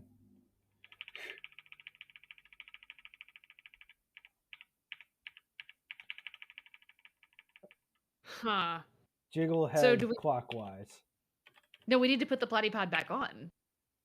Your neck feels a bit looser, but that's all that happens. That's right. Put platypod on. Jiggle head clockwise. Oh no, that's right. I need to scrunch brow. Volume is on low, and it's even lower with a gum in your ears. You move your head in little clockwise circles. Volume is still not that loud given the gum in your ears, but you can no longer hear Julia and Historic Fister at all. Raise right eyebrow. Huh. Might help if I spelled any of those words right. All right, there we go. Primrose, meanwhile. That way it shows on the platypod that we have multiple plays.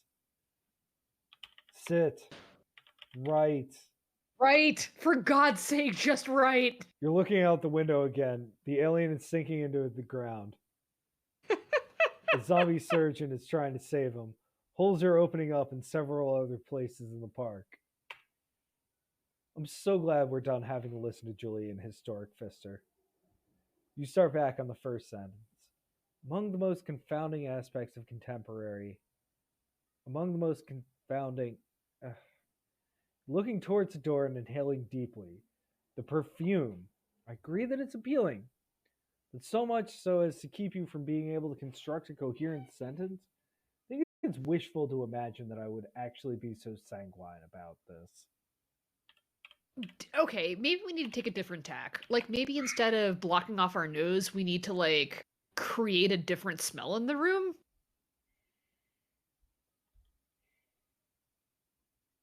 Poop. No. No, that's not right.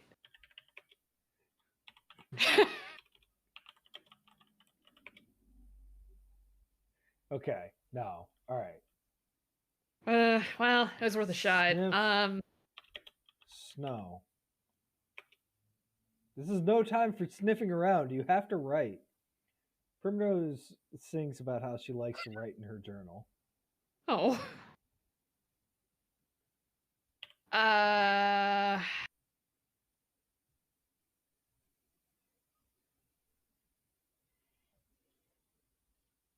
Wait, wasn't the trophy had something on it, yeah? Was there like blue tack or something we could put in our nose? The trophy is exactly the same shape as the trophy they give to the winner of Sydney's marathon. Bright fuchsia lines curl in and out of the folds.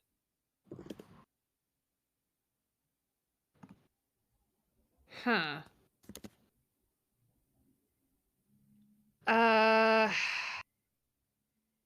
Unfold trophy? Break trophy? Like,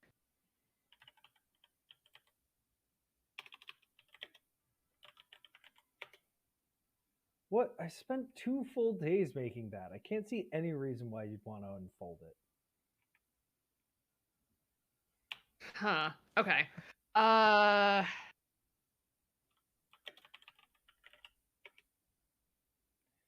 The coaster is a University of Wisconsin coaster. The photo of the mascot, Bucky Badger, on the front. Bucky's beady eyes never fail to creep me out. Can we break the coaster? I'm not sure exactly what that would do, but it can't hurt. You're trying to break random things as a way of procrastinating. Shut up, game. I mean, You're not yes. wrong. Don't appreciate your fucking attitude. Okay, what if we break the picture frame? Like, and try to get the stuff inside of it? It's a concert flyer and a clear plastic sheet. Yes, binder clip. We have to break the flame and put the binder clip on our nose.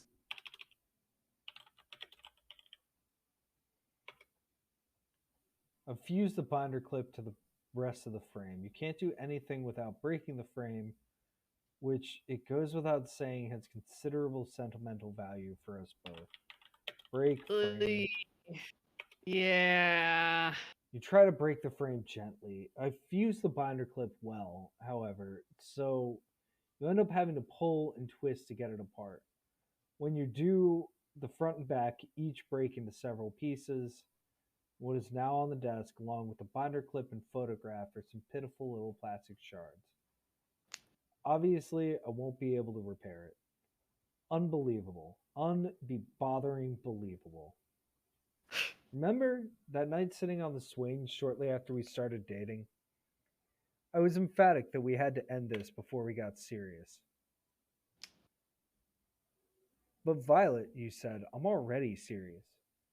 Coming to Wisconsin was supposed to be a great adventure. I didn't know it was Oh, so cold. I thought Madison was bigger. I miss my family. My friends are all leaving when they finish their MFAs. Mine is already done. We only have a future if I stay. And if I stay, I would just be waiting. no, she's an FA student. We had that conversation the day after you turned 28 because I was determined to break up with you and thought only a cretin would dump someone on their birthday. You convinced me to stay. You said you would be done in a year and a half at the most. Instead, 2 years from now. 2 years. And this is what you need to do because you can't sit your bother down and write. I know you aren't doing this to hurt me. I'll try to go back to being your upbeat Aussie girlfriend. But honestly, what am I supposed to think here? How am I supposed to feel? Oh, I wasn't expecting this game to get kind of real on me. Apologize to Violet. Don't think you can stealthy sniff and I won't notice. You need to get over that perfume. Yeah, clip nose. For sure, for sure. No, just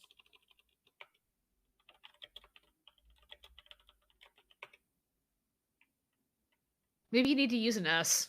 She's from the Commonwealth after all. I'm not really here, Chutney. I'm presumably back at the apartment, packing and crying. Oh, oh no.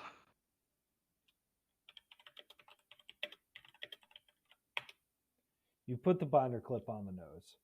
Sit. Right. You start. What? You start trying to write, but within a few minutes, you are distracted by the scene out your window. Brown things are emerging from the holes. Mole people! The alien is free now and standing back, applauding. We've been doing this for 2 hours. I need a 5-minute break. That sound good to you? Yeah, go for it. Yeah, absolutely. Do do do do do do.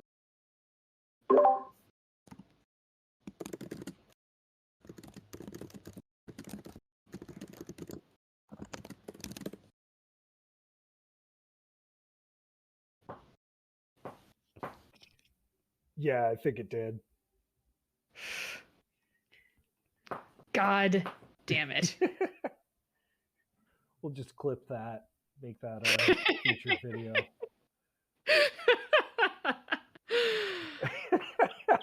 All right. All right, we're back. Hello, Community Showcase. I see you, and oh, you're gone already. Bye-bye. All right. So we started trying to write, but within a few minutes, we're distracted by the scene out of our window. Brown things are emerging from the holes. Mole people. The alien is free now and is standing back, applauding. Oh my god, please just write.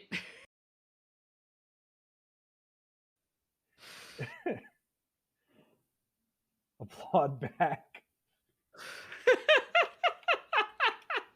You're going to have to use a different verb for me to understand what you mean. Heartbreaking. Ooh. Just write. Just write. You try again to start writing, but within a few minutes, you are now distracted by the scene out your window. The park is full now. Zombies dancing with pirates, aliens drinking with mole people. I think you will keep being distracted unless somehow you block the view. Oh, All for right, God's sake. All right, X window. we have to Yeah, unfold the thing. No, I think Harry has the right idea. Are there like curtains or blinds? Your window is immediately behind your desk, about 2 meters high and 1 wide. It has an old gray blind which is raised. On the sill, I'm a bit surprised to see a lighter. Oh. You look out the window. Park is full now. It just keeps repeating that you're looking out the window. Okay. Close blind. You pull the cord and nothing happens. You complained to me about this weeks ago, and I explained what the problem likely was and how to fix it. Remember? Remember how to fix. We're spending enough time reminiscing today without making a specific effort. Remember? Fuck you! Blind. Remember? Fix? Remember how to fix blind.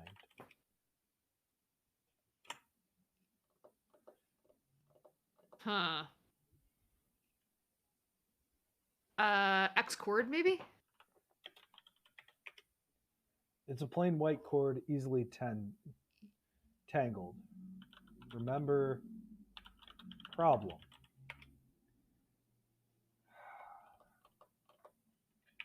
Remember blind? Remember would untangle cord? Is that too obvious? Untangle cord. The cord isn't tangled.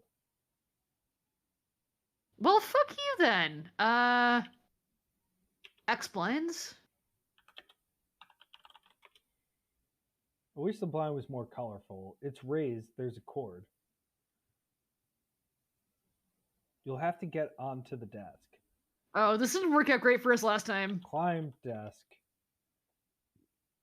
You climb onto your desk. Be careful, Marble Munch.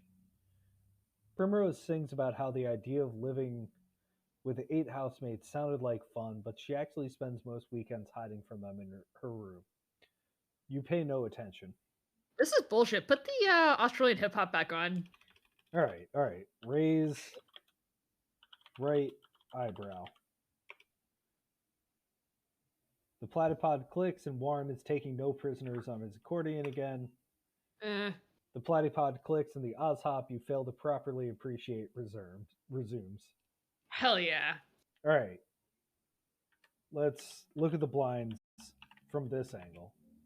You can see what's wrong with the blind now. The little whatever is stuck. This is easy. You can just fix it. So all the red asterisks mean that we can use the aside command. Actual me, of course, knows precisely what the whatever is called. I used the right term when I explained the workings of your blind to you at length on the napkin at Winky Dog. Imaginary me is using whatever because you don't remember. Harry, you weren't here earlier. The whole conceit of the narrator is that this dude needs to write his thesis and his girlfriend is about to dump him, so he's trying to imagine her as the narrator of the adventure being like, please write your thesis, Budgie. Fix blinds. You squint at the whatever for a while and fiddle. Squint, fiddle, still stuck. I think when I said you could easily fix it, what I really meant was that if I were there, I could easily fix it. Squint, fiddle, snap. You did it. Or wait, maybe you broke it. Looking closer, you've definitely broken the whatever. Perhaps you also fixed it. I can't tell. You look at the book again and fidget. You need to forget about it. Huh. Forget book. You're going to have to use a different verb. All right. Well, we got a lighter, and we have a book. You pull the cord, and the blind lowers halfway, then stops. Nice. Fix blind. You've broken the whatever. You aren't going to be able to fix it any further. But we can still look out.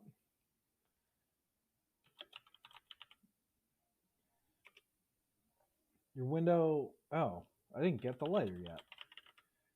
Your window is immediately behind your desk, about 2 meters high and 1 wide. It has an old gray blind with just half lowered. Look out the window. Park is still full now. Pirates dancing with aliens, mole people, drinking with zombies. Get lighter. Yours, Cheesenip. It's hard for me to be enthusiastic about lighters as a woman who owns her own blowtorch. Same, girl. Same.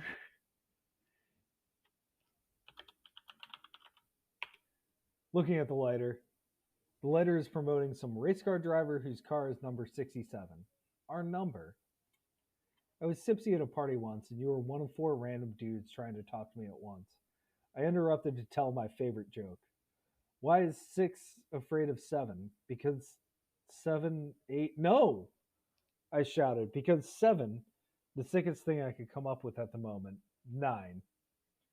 The other men chuckled uncomfortably. You laughed so hard you spit Guinness on my face. That was when I decided I liked you. Oh. Oh.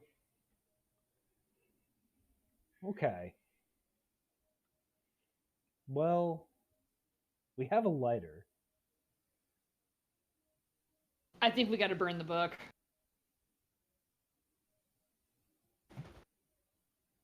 Well, we could just read the book. No, we definitely book. Okay. Let's get the book. Why did you pick out the book again? Burn book with lighter. Gee, Budgie. Far be it from me to be the moral conscience when fire is involved, but that's a library book. There's bound to be a hefty fine. And it seems a little insane. If we really want to, we can, but it shouldn't be a rash decision. Burn that book! I was secretly hoping you would. You light the book on fire and it burns magnificently. Yay! That was epic to watch, and now we don't have to deal with you being tempted anymore to read. The coughing and light smoke damage are well worth it. I'll go halvesies on the library fine. As for the sprinkler, nothing. Not one drop. Don't even pretend to be surprised that the university gives graduate students offices in a death trap. Okay.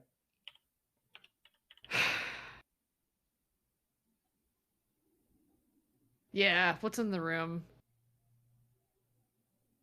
So we have the chip on the floor, broken glass, a wastebasket,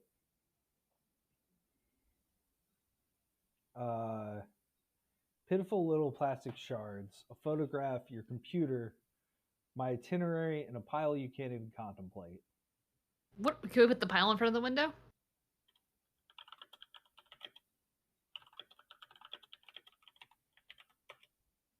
You start to pick up the pile, but are overwhelmed by feelings of despair and self-loathing. Just as well, though, as I don't think you could really put the stuff in the pile together in a way that would block your view out the window. I'm gonna say unfold the trophy. Oh, God. You take the trophy I made for you and methodically unfold it. I cannot decide whether to be exasperated or moved by how you were so careful not to tear it. You're now holding a crumply sign about a meter square. I was so excited to give you that trophy. I know I said to do whatever you must. It still hurts to watch what that must is taking from us. Ultimately, yes, I understand. Then again, I'm speaking just as your imaginary rendition of me. Actual me was already fed up enough to buy a plane ticket. I'm not sure how you expect to explain this. Oh, God. Put, what would be sign? Yeah, sign, I guess. Against? In front Maybe of window. Put the sign on the sill. The sign and the blind together now block the view out of your window entirely. Hell yeah! Sit. Right. Right! You try again, but then you hear MC Dingo rhyme casino and albino, and it breaks your concentration entirely. When I put Ozhob on your platypod, I wasn't really thinking of it as writing music. All right, so we gotta find the right combination of tracks then. Or Freeze. Tracks and volume, I bet, because we can turn the volume up too. Left eyebrow. Warren is rocking away on his accordion again. Right. You try again, but then you start doing air accordion to Warren Tim Harry. I'm not sure how easy it's going to be able for you to write while the most compelling musician ever is playing. Warren Tim Harriet is playing Please Don't My grandma gave me that from Runt with an Accordion, recorded when he was 14 years old. Okay, Primrose, meanwhile, Yeah. Yeah. you're ready. But when you take the cap off the pen, purple gunk sprays out all over your clothes. Marty! I don't know how he rigged that. I also don't know why men conclude that the best way of expressing anguish over me is through some display of mechanical cleverness. Remember Colin and the 50-foot aluminum peacock? Excuse me, aluminium peacock? The pen itself actually works. Of course, your clothes are ruined. Worse, you are starting to itch. Oh Take my god, off just right. clothes.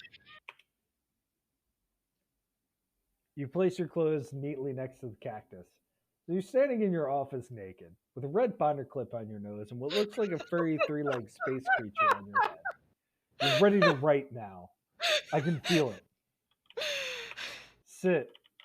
Write. Write Right. 2 more sentences. I can tell you're feeling confident. I knew you could do this. You conclude Oh my the god, we're first at the end game. paragraph with an especially provocative participle.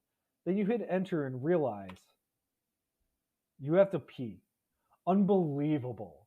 This must be an anxiety thing. You're killing me. Hey, we tried pooping before. Pee in the cactus. Yes. On the same wavelength. Stand. Primrose sings about how she has memorized a simple substitution cipher for writing in her journal about our housemate. You have to pee. Pee in cactus. Done. Ick. I hope your urine doesn't contain residue from that energy drink, or else maybe you'll have a suddenly animate cactus attacking you while you try to write. Sit. Write. You write a second paragraph, then a third. You're past 1,000 words within a few hours. You decide you want to finish the entire section. You do. Not your best prose, but that isn't the point. Julia and the zombies have long gone when you finish, which you're thankful for when you need to run naked out to the car. You rehearse what you want to tell me on the way home. Instead, there's a note on the door. Gone. Sorry. Violet. You had to have known I was going to leave you anyway. All the clues were there. Oh. Surprise! 30 people jump up and shout when you open the door. Good thing you were covering your father with the pages you wrote. 1 hour and 3 drinks later, you aren't even that embarrassed. I pull you into the kitchen and kiss you. You said you wanted something twisted for your birthday. I was thinking more along the lines of you in peculiar lingerie. I spent too much of today hyperventilating, thinking it was too cruel. I've figured out some important things today, so at worst it was an extremely instructive cruel. I'll still understand if you're angry. You're the one who's going to be angry. I have to tell you something about the snow globe and the origami trophy, and I put my hand on your chest to stop you. I have a confession that supersedes yours. Oh. I open up my laptop and show you. On my screen is your office, as seen from the vent above the door. Of course, you're bewildered. I explain, when I was hiding your birthday present, I rigged a camera up there. Not to spy, or not to spy like that. I needed to know when you were coming home for the party. I thought it would just be you at your computer. I didn't know you would end up naked and watering the cactus with your urine. I spent the entire day imagining that you were watching me, you say. Maybe it only worked because you actually were. Watching you break everything was maddening, I tell you. But I'm still here. I understand even, sort of. So long as you understand that you're only getting store-bought presents for a while. Yeah, understandable. We've reached the hard part. I'm committed to this, Budgie. But I don't know what we're going to do with you. No, Violet, what are we going to do with you? My turn is done. It's the only fair thing. You've been miserable. You'll be happier this way. I'm already happier. Today made it so clear. This is not what I'm meant to be doing with my life. I know, I've spent 6 years in graduate school. I should be crying right now. Instead, I feel wonderful. I love you so much. Me too, Wallaroo. Oh. 3 weeks later, we are holding hands in the super economy section of a flight to Australia. My brother is lending me money to open a curiosities shop. He's found you a job at a comic book shop until you decide what's next. I know it's not precisely plan A, but we're happy and unstuck. This is winning. What now? I understand if you just want to quit now, the merry glow of victory is upon us. You can also undo the last turn, restart, restore, or bonus, view some of the so-called amusing things you might have missed. Oh, always look at the amusing list. Is this like a normal part of games? Yeah, so this is a big tradition in parser-based IF, because, when the developer is making it, there's all these puzzles and different, like, if they're a good dev, they've encoded a bunch of different ways you can solve the puzzles, and probably put in some amusing reactions to ways that you have not, the ways that are not good. All right, let's see. Apparently, in the tradition of these games is that a victorious player is allowed to view a list of humorous things they may have missed on the path to triumph. While I remain nonplussed that a stranger has turned one of the more emotionally complicated days of my romantic life into a text adventure game, I've resolved to be a sport about it. Forthwith, then, let's review some possibly overlooked highlights of our neuroses. I love that. I love that they keep the diegetic narrator going, like, even in the meta text. Oh, and the title says you are my favorite. Oh! I wonder if you type favorite, something will happen. Yeah, almost certainly. About, credits, copyright were also written by actual me. On your computer, you can open browser multiple times, open email, and open chat each. Oh, we didn't look at the internet. No, you always gotta look at the fake internet. Various commands commonly implemented in other games have their own responses here, including quit, buy something, sing, score, secrets, topics, time, sorry, normal, short, verbose, think about something, remember, cry, wave, and XYZZY. After you shake the globe, examine it for a few successive turns, or examine the figurine. Some things you might have missed along the way. Me, Julia, once she's around. Liquid, gunk, thread, then take What? something. Gum a second time.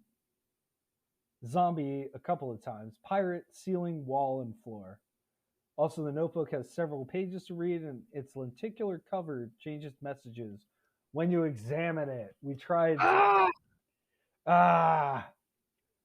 Some of the ways to achieve less happy endings to the game are to burn pile, insist on trying to open door, which we did, move stool to corner, then stand on stool, which we did, make love to Julia, Oh my. and either examine book too many times or carry the book too many turns, and throw wastebasket at pen. Oh, we didn't think of throwing the trash can at the pen, huh? It seemed like a pretty good end turn. Much missanely miss how do you say that word? Miscellany. Miscellany, thank you. Much miscellany, a few examples of which are look under desk, swallow gum and key. Hey, we tried to swallow the key. Delete browser or That chat. was a solid idea. That's all I'm saying. Burn coaster, burn platypod, burn cactus. Put square in pouch. Open vent. Ask Violet about something. Put key in pile. After We the tried that, I think. cable is in cabinet. Rip cable. Do anything to the jack. Put things in nose. Tried that. Kick something, climb bookcase, take Violet, and slide key under door. As bonus Easter eggs, Warren Egg presents all the Warren Tim Harried track. Julia Egg presents all the main events across the hall. And Pet Name Egg greets you with one of my pet names. Oh. I'm debuting a new line of stainless steel numbats at the shop and won't keep prattling. My husband has sworn off the internet and so can't type this himself. but he wanted me to tell you hello and that even though he's sometimes wistful about not finishing his PhD, it was plainly for its best. Epilogically yours, Violet.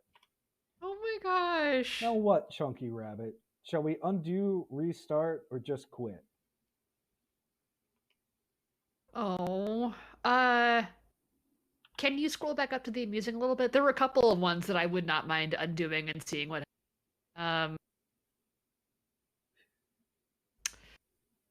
let's see. Well, if we undo, then we're at the one move before endgame, so we can't look at the globe. Yeah, we broke the globe.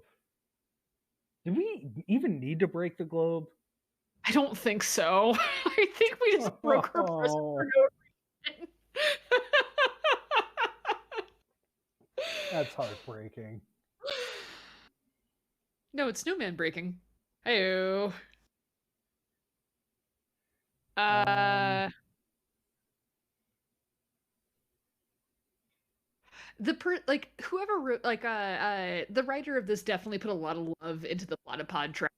So I would like to do at least the war and egg, yeah. like, or the primrose egg. Oh, I wonder if that'll. All right. Undo. Careful, you know how you get nosebleeds.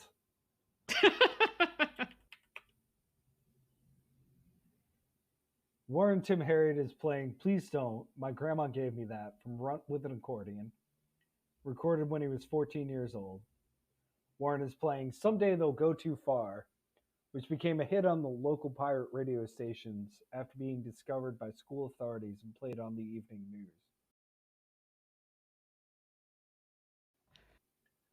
Warren is playing No Normal Boy Would Write That Song, recorded during a weekend furlough from a private psychiatric facility for troubled adolescent boys. Warren is playing My Lonesome Pain Is Not a Polka, from We Paid You for Happy, the artistic breakthrough composed while he supported himself with gigs at family reunions and retirement centers. Warren is playing From Drumsticks, a bootleg album recorded during a performance at a family fried chicken restaurant. Warren is playing You with the Notepad, the stunning and entirely improvised final track done without breaking eye contact with a woman later identified as Francine Kinkle, music editor for a local college newspaper. Warren is playing the title track from Francine. Actually, all 37 songs on the album are officially titled Francine. Oh god, I knew there was gonna be a good Easter egg joke in here, but I didn't think it was gonna be this good. Warren is playing the song unofficially titled Parking Garage. Oh my god, it just keeps going. Parking Garage, following the convention of identifying tracks on Francine by the location of the tryst the liner notes say inspired them. Wow. Okay. No, no. It's Warren is, because he are, isn't it? Warren is playing Booth 7 at Steak and Shake, the track on Francine that got him tour dates opening for ironic death metal icon Jimmy Catkicker. Warren is playing from his follow up album to Francine, which is also titled Francine. Warren is playing excerpts from Why, originally an 83-minute song in which he stops playing once to cry and twice to leave voicemails for Francine. Warren is playing It's Because He Plays Guitar, Isn't It? Warren is playing from Listen, one of the few known albums in which a single artist plays guitar and accordion simultaneously. Warren is playing Can Jimmy Do This? In which one music critic called the most ambitious guitar solo ever by someone who had been playing the instrument for less than a week. Warren is playing An Inch Too Tall from Not Exactly Fair to Them, recorded during the extended tour that followed Listen. Warren is playing Hedge Clippers from This Is What You Drove Me to, Mrs. Crinkle Cat Kicker. Jesus Christ. Warren is playing Bagel Slicer, in which his playing is spirited but clearly far below his usual skills. Warren is playing Teeth, in which obviously substandard musicianship is accompanied by complaints about the difficulty playing with only one finger.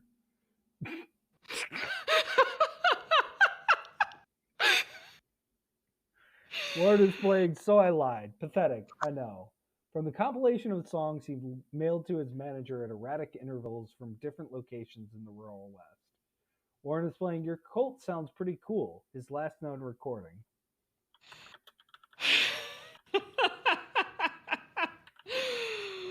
Oh my god. Thank you for that. Do they have one for MC Dingo?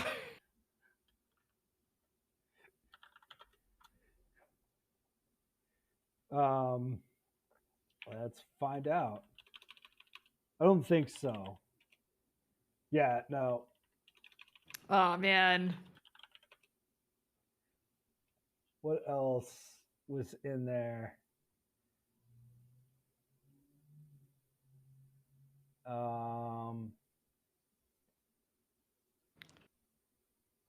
We put some things in those. Oh, I wanted to try Taking Violet. Yeah. I appreciate the spirit. You weren't Randy Little Wildebeest. Later, though.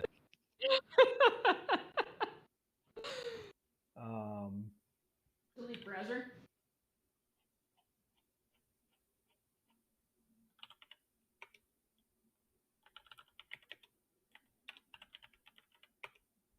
It's a PC. It's really tricky to delete the browser. Certainly more complicated than anything you know how to do.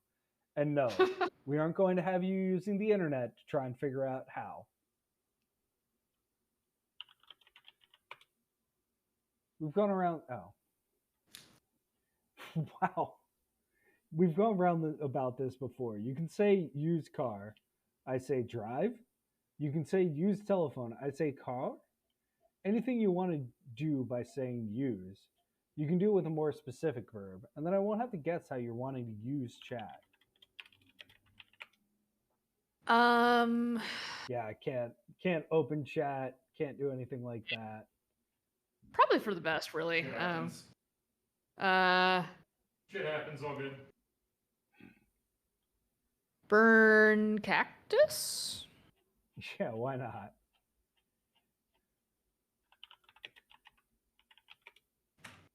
When my brother did his first year abroad in the US, it was at a place called the Burning Cactus Ranch. Did I ever tell you that? I guess I must have. Anyway, it would be fabulous to set the cactus on fire, but you don't seem to be able to manage it with the lighter. Amazing.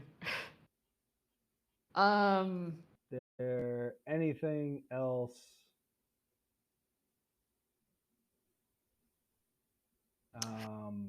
Oh, yeah, let's look at the notebook.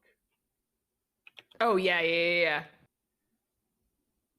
As you're holding it now, the cover features Professor Detective telling undergraduate Constable Duffy, in both my vocations, intelligence means little without discipline. Now the cover is a drawing of Professor Detective looking triumphant as he pulls a finished page of his antique typewriter. He says, a page a day, a book a year. I have to admit, I personally find Professor Detective's inspirational quotes a bit paralyzing. That's a hell of a lenticular cover. And we're back to the first time, which was the comic book hero, Professor Detective, telling one of his graduate students, you carry the heaviest of all burdens. Potential. I have only one more request. Put the platypod back to the Oz hop and listen for a bit. Got it. The ones that showed out, like, those were funny as hell. Come on.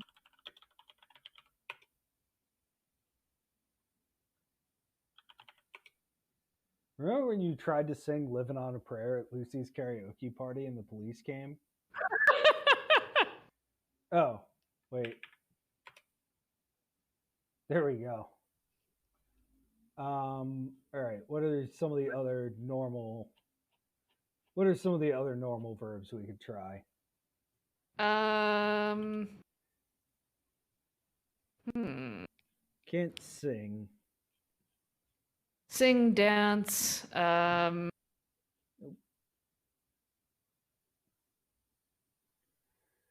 Do, do, do. Do, do, do, do. Secrets, topics. Think about Cry. cry. Yeah, definitely cry.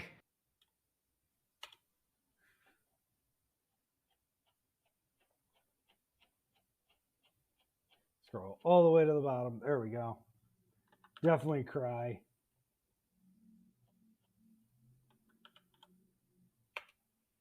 You wouldn't let me cry when that man said the Dalmatian sculptures in my MFA exhibit were gimmicky, so I'm not going to let you cry now. You can do this. I hope you're not expecting some lame joke about how you can score with me all you want after you want your writing done. Secrets? I shoplift lipstick sometimes. Only lipstick. I don't know why I do it. Back when you were dating Julia, I made out with her once at a party. She never mentioned having a boyfriend. What?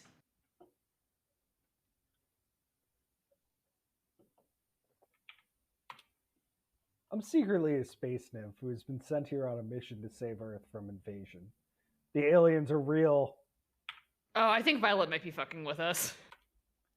You've already gotten enough secrets out of me. So for time, remember when you declared you would no longer wear a wristwatch as a protest against the commodification of time? What's that even mean? That's where I'm at with clocks. As I just got my warning that I only have 2 hours until my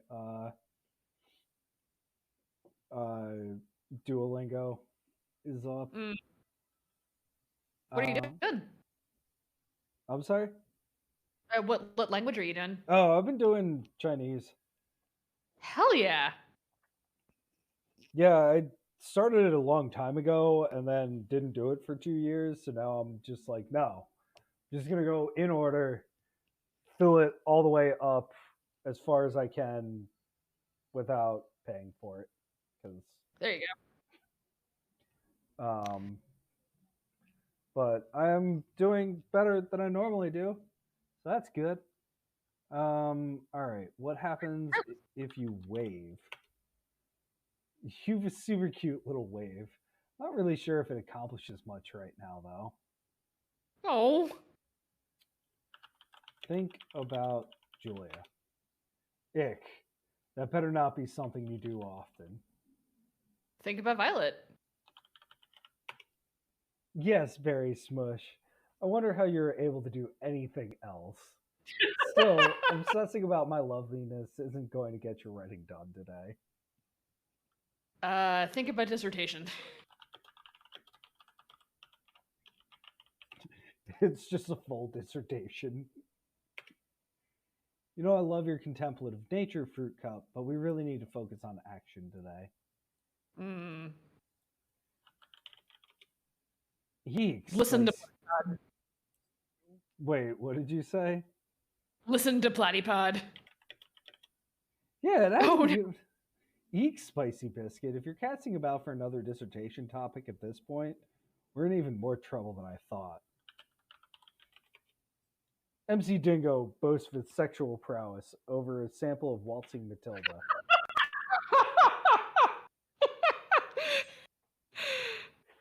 MC Dingo is not saying your mother is ugly, but the boy who saw her on his walkabout ran screaming straight home.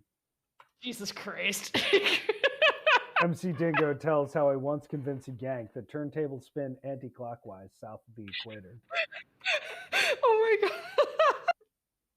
That's about me, like, this, like, tickles anything. I think I got him. MC Dingo wants you to know the woman he was with last night was hotter than January. As a member of MC Dingo's posse assures you, it's a good thing he's stuck in Perth with no money, as otherwise he would fly over here and kick your wowzer arse. MC Dingo asserts he's got more rhymes than a kidna's got spines. Oh my god. MC Dingo is going on about the sexual promiscuity of the girls down at the fish and chip shop. Did you know that's actually, and I only found this out recently, like that Commonwealth insult, like that girl is a chippy. Like, so like, like a chippy is a slut or a loose lady, right? Yeah. It's chippy, the chip shop is open all night.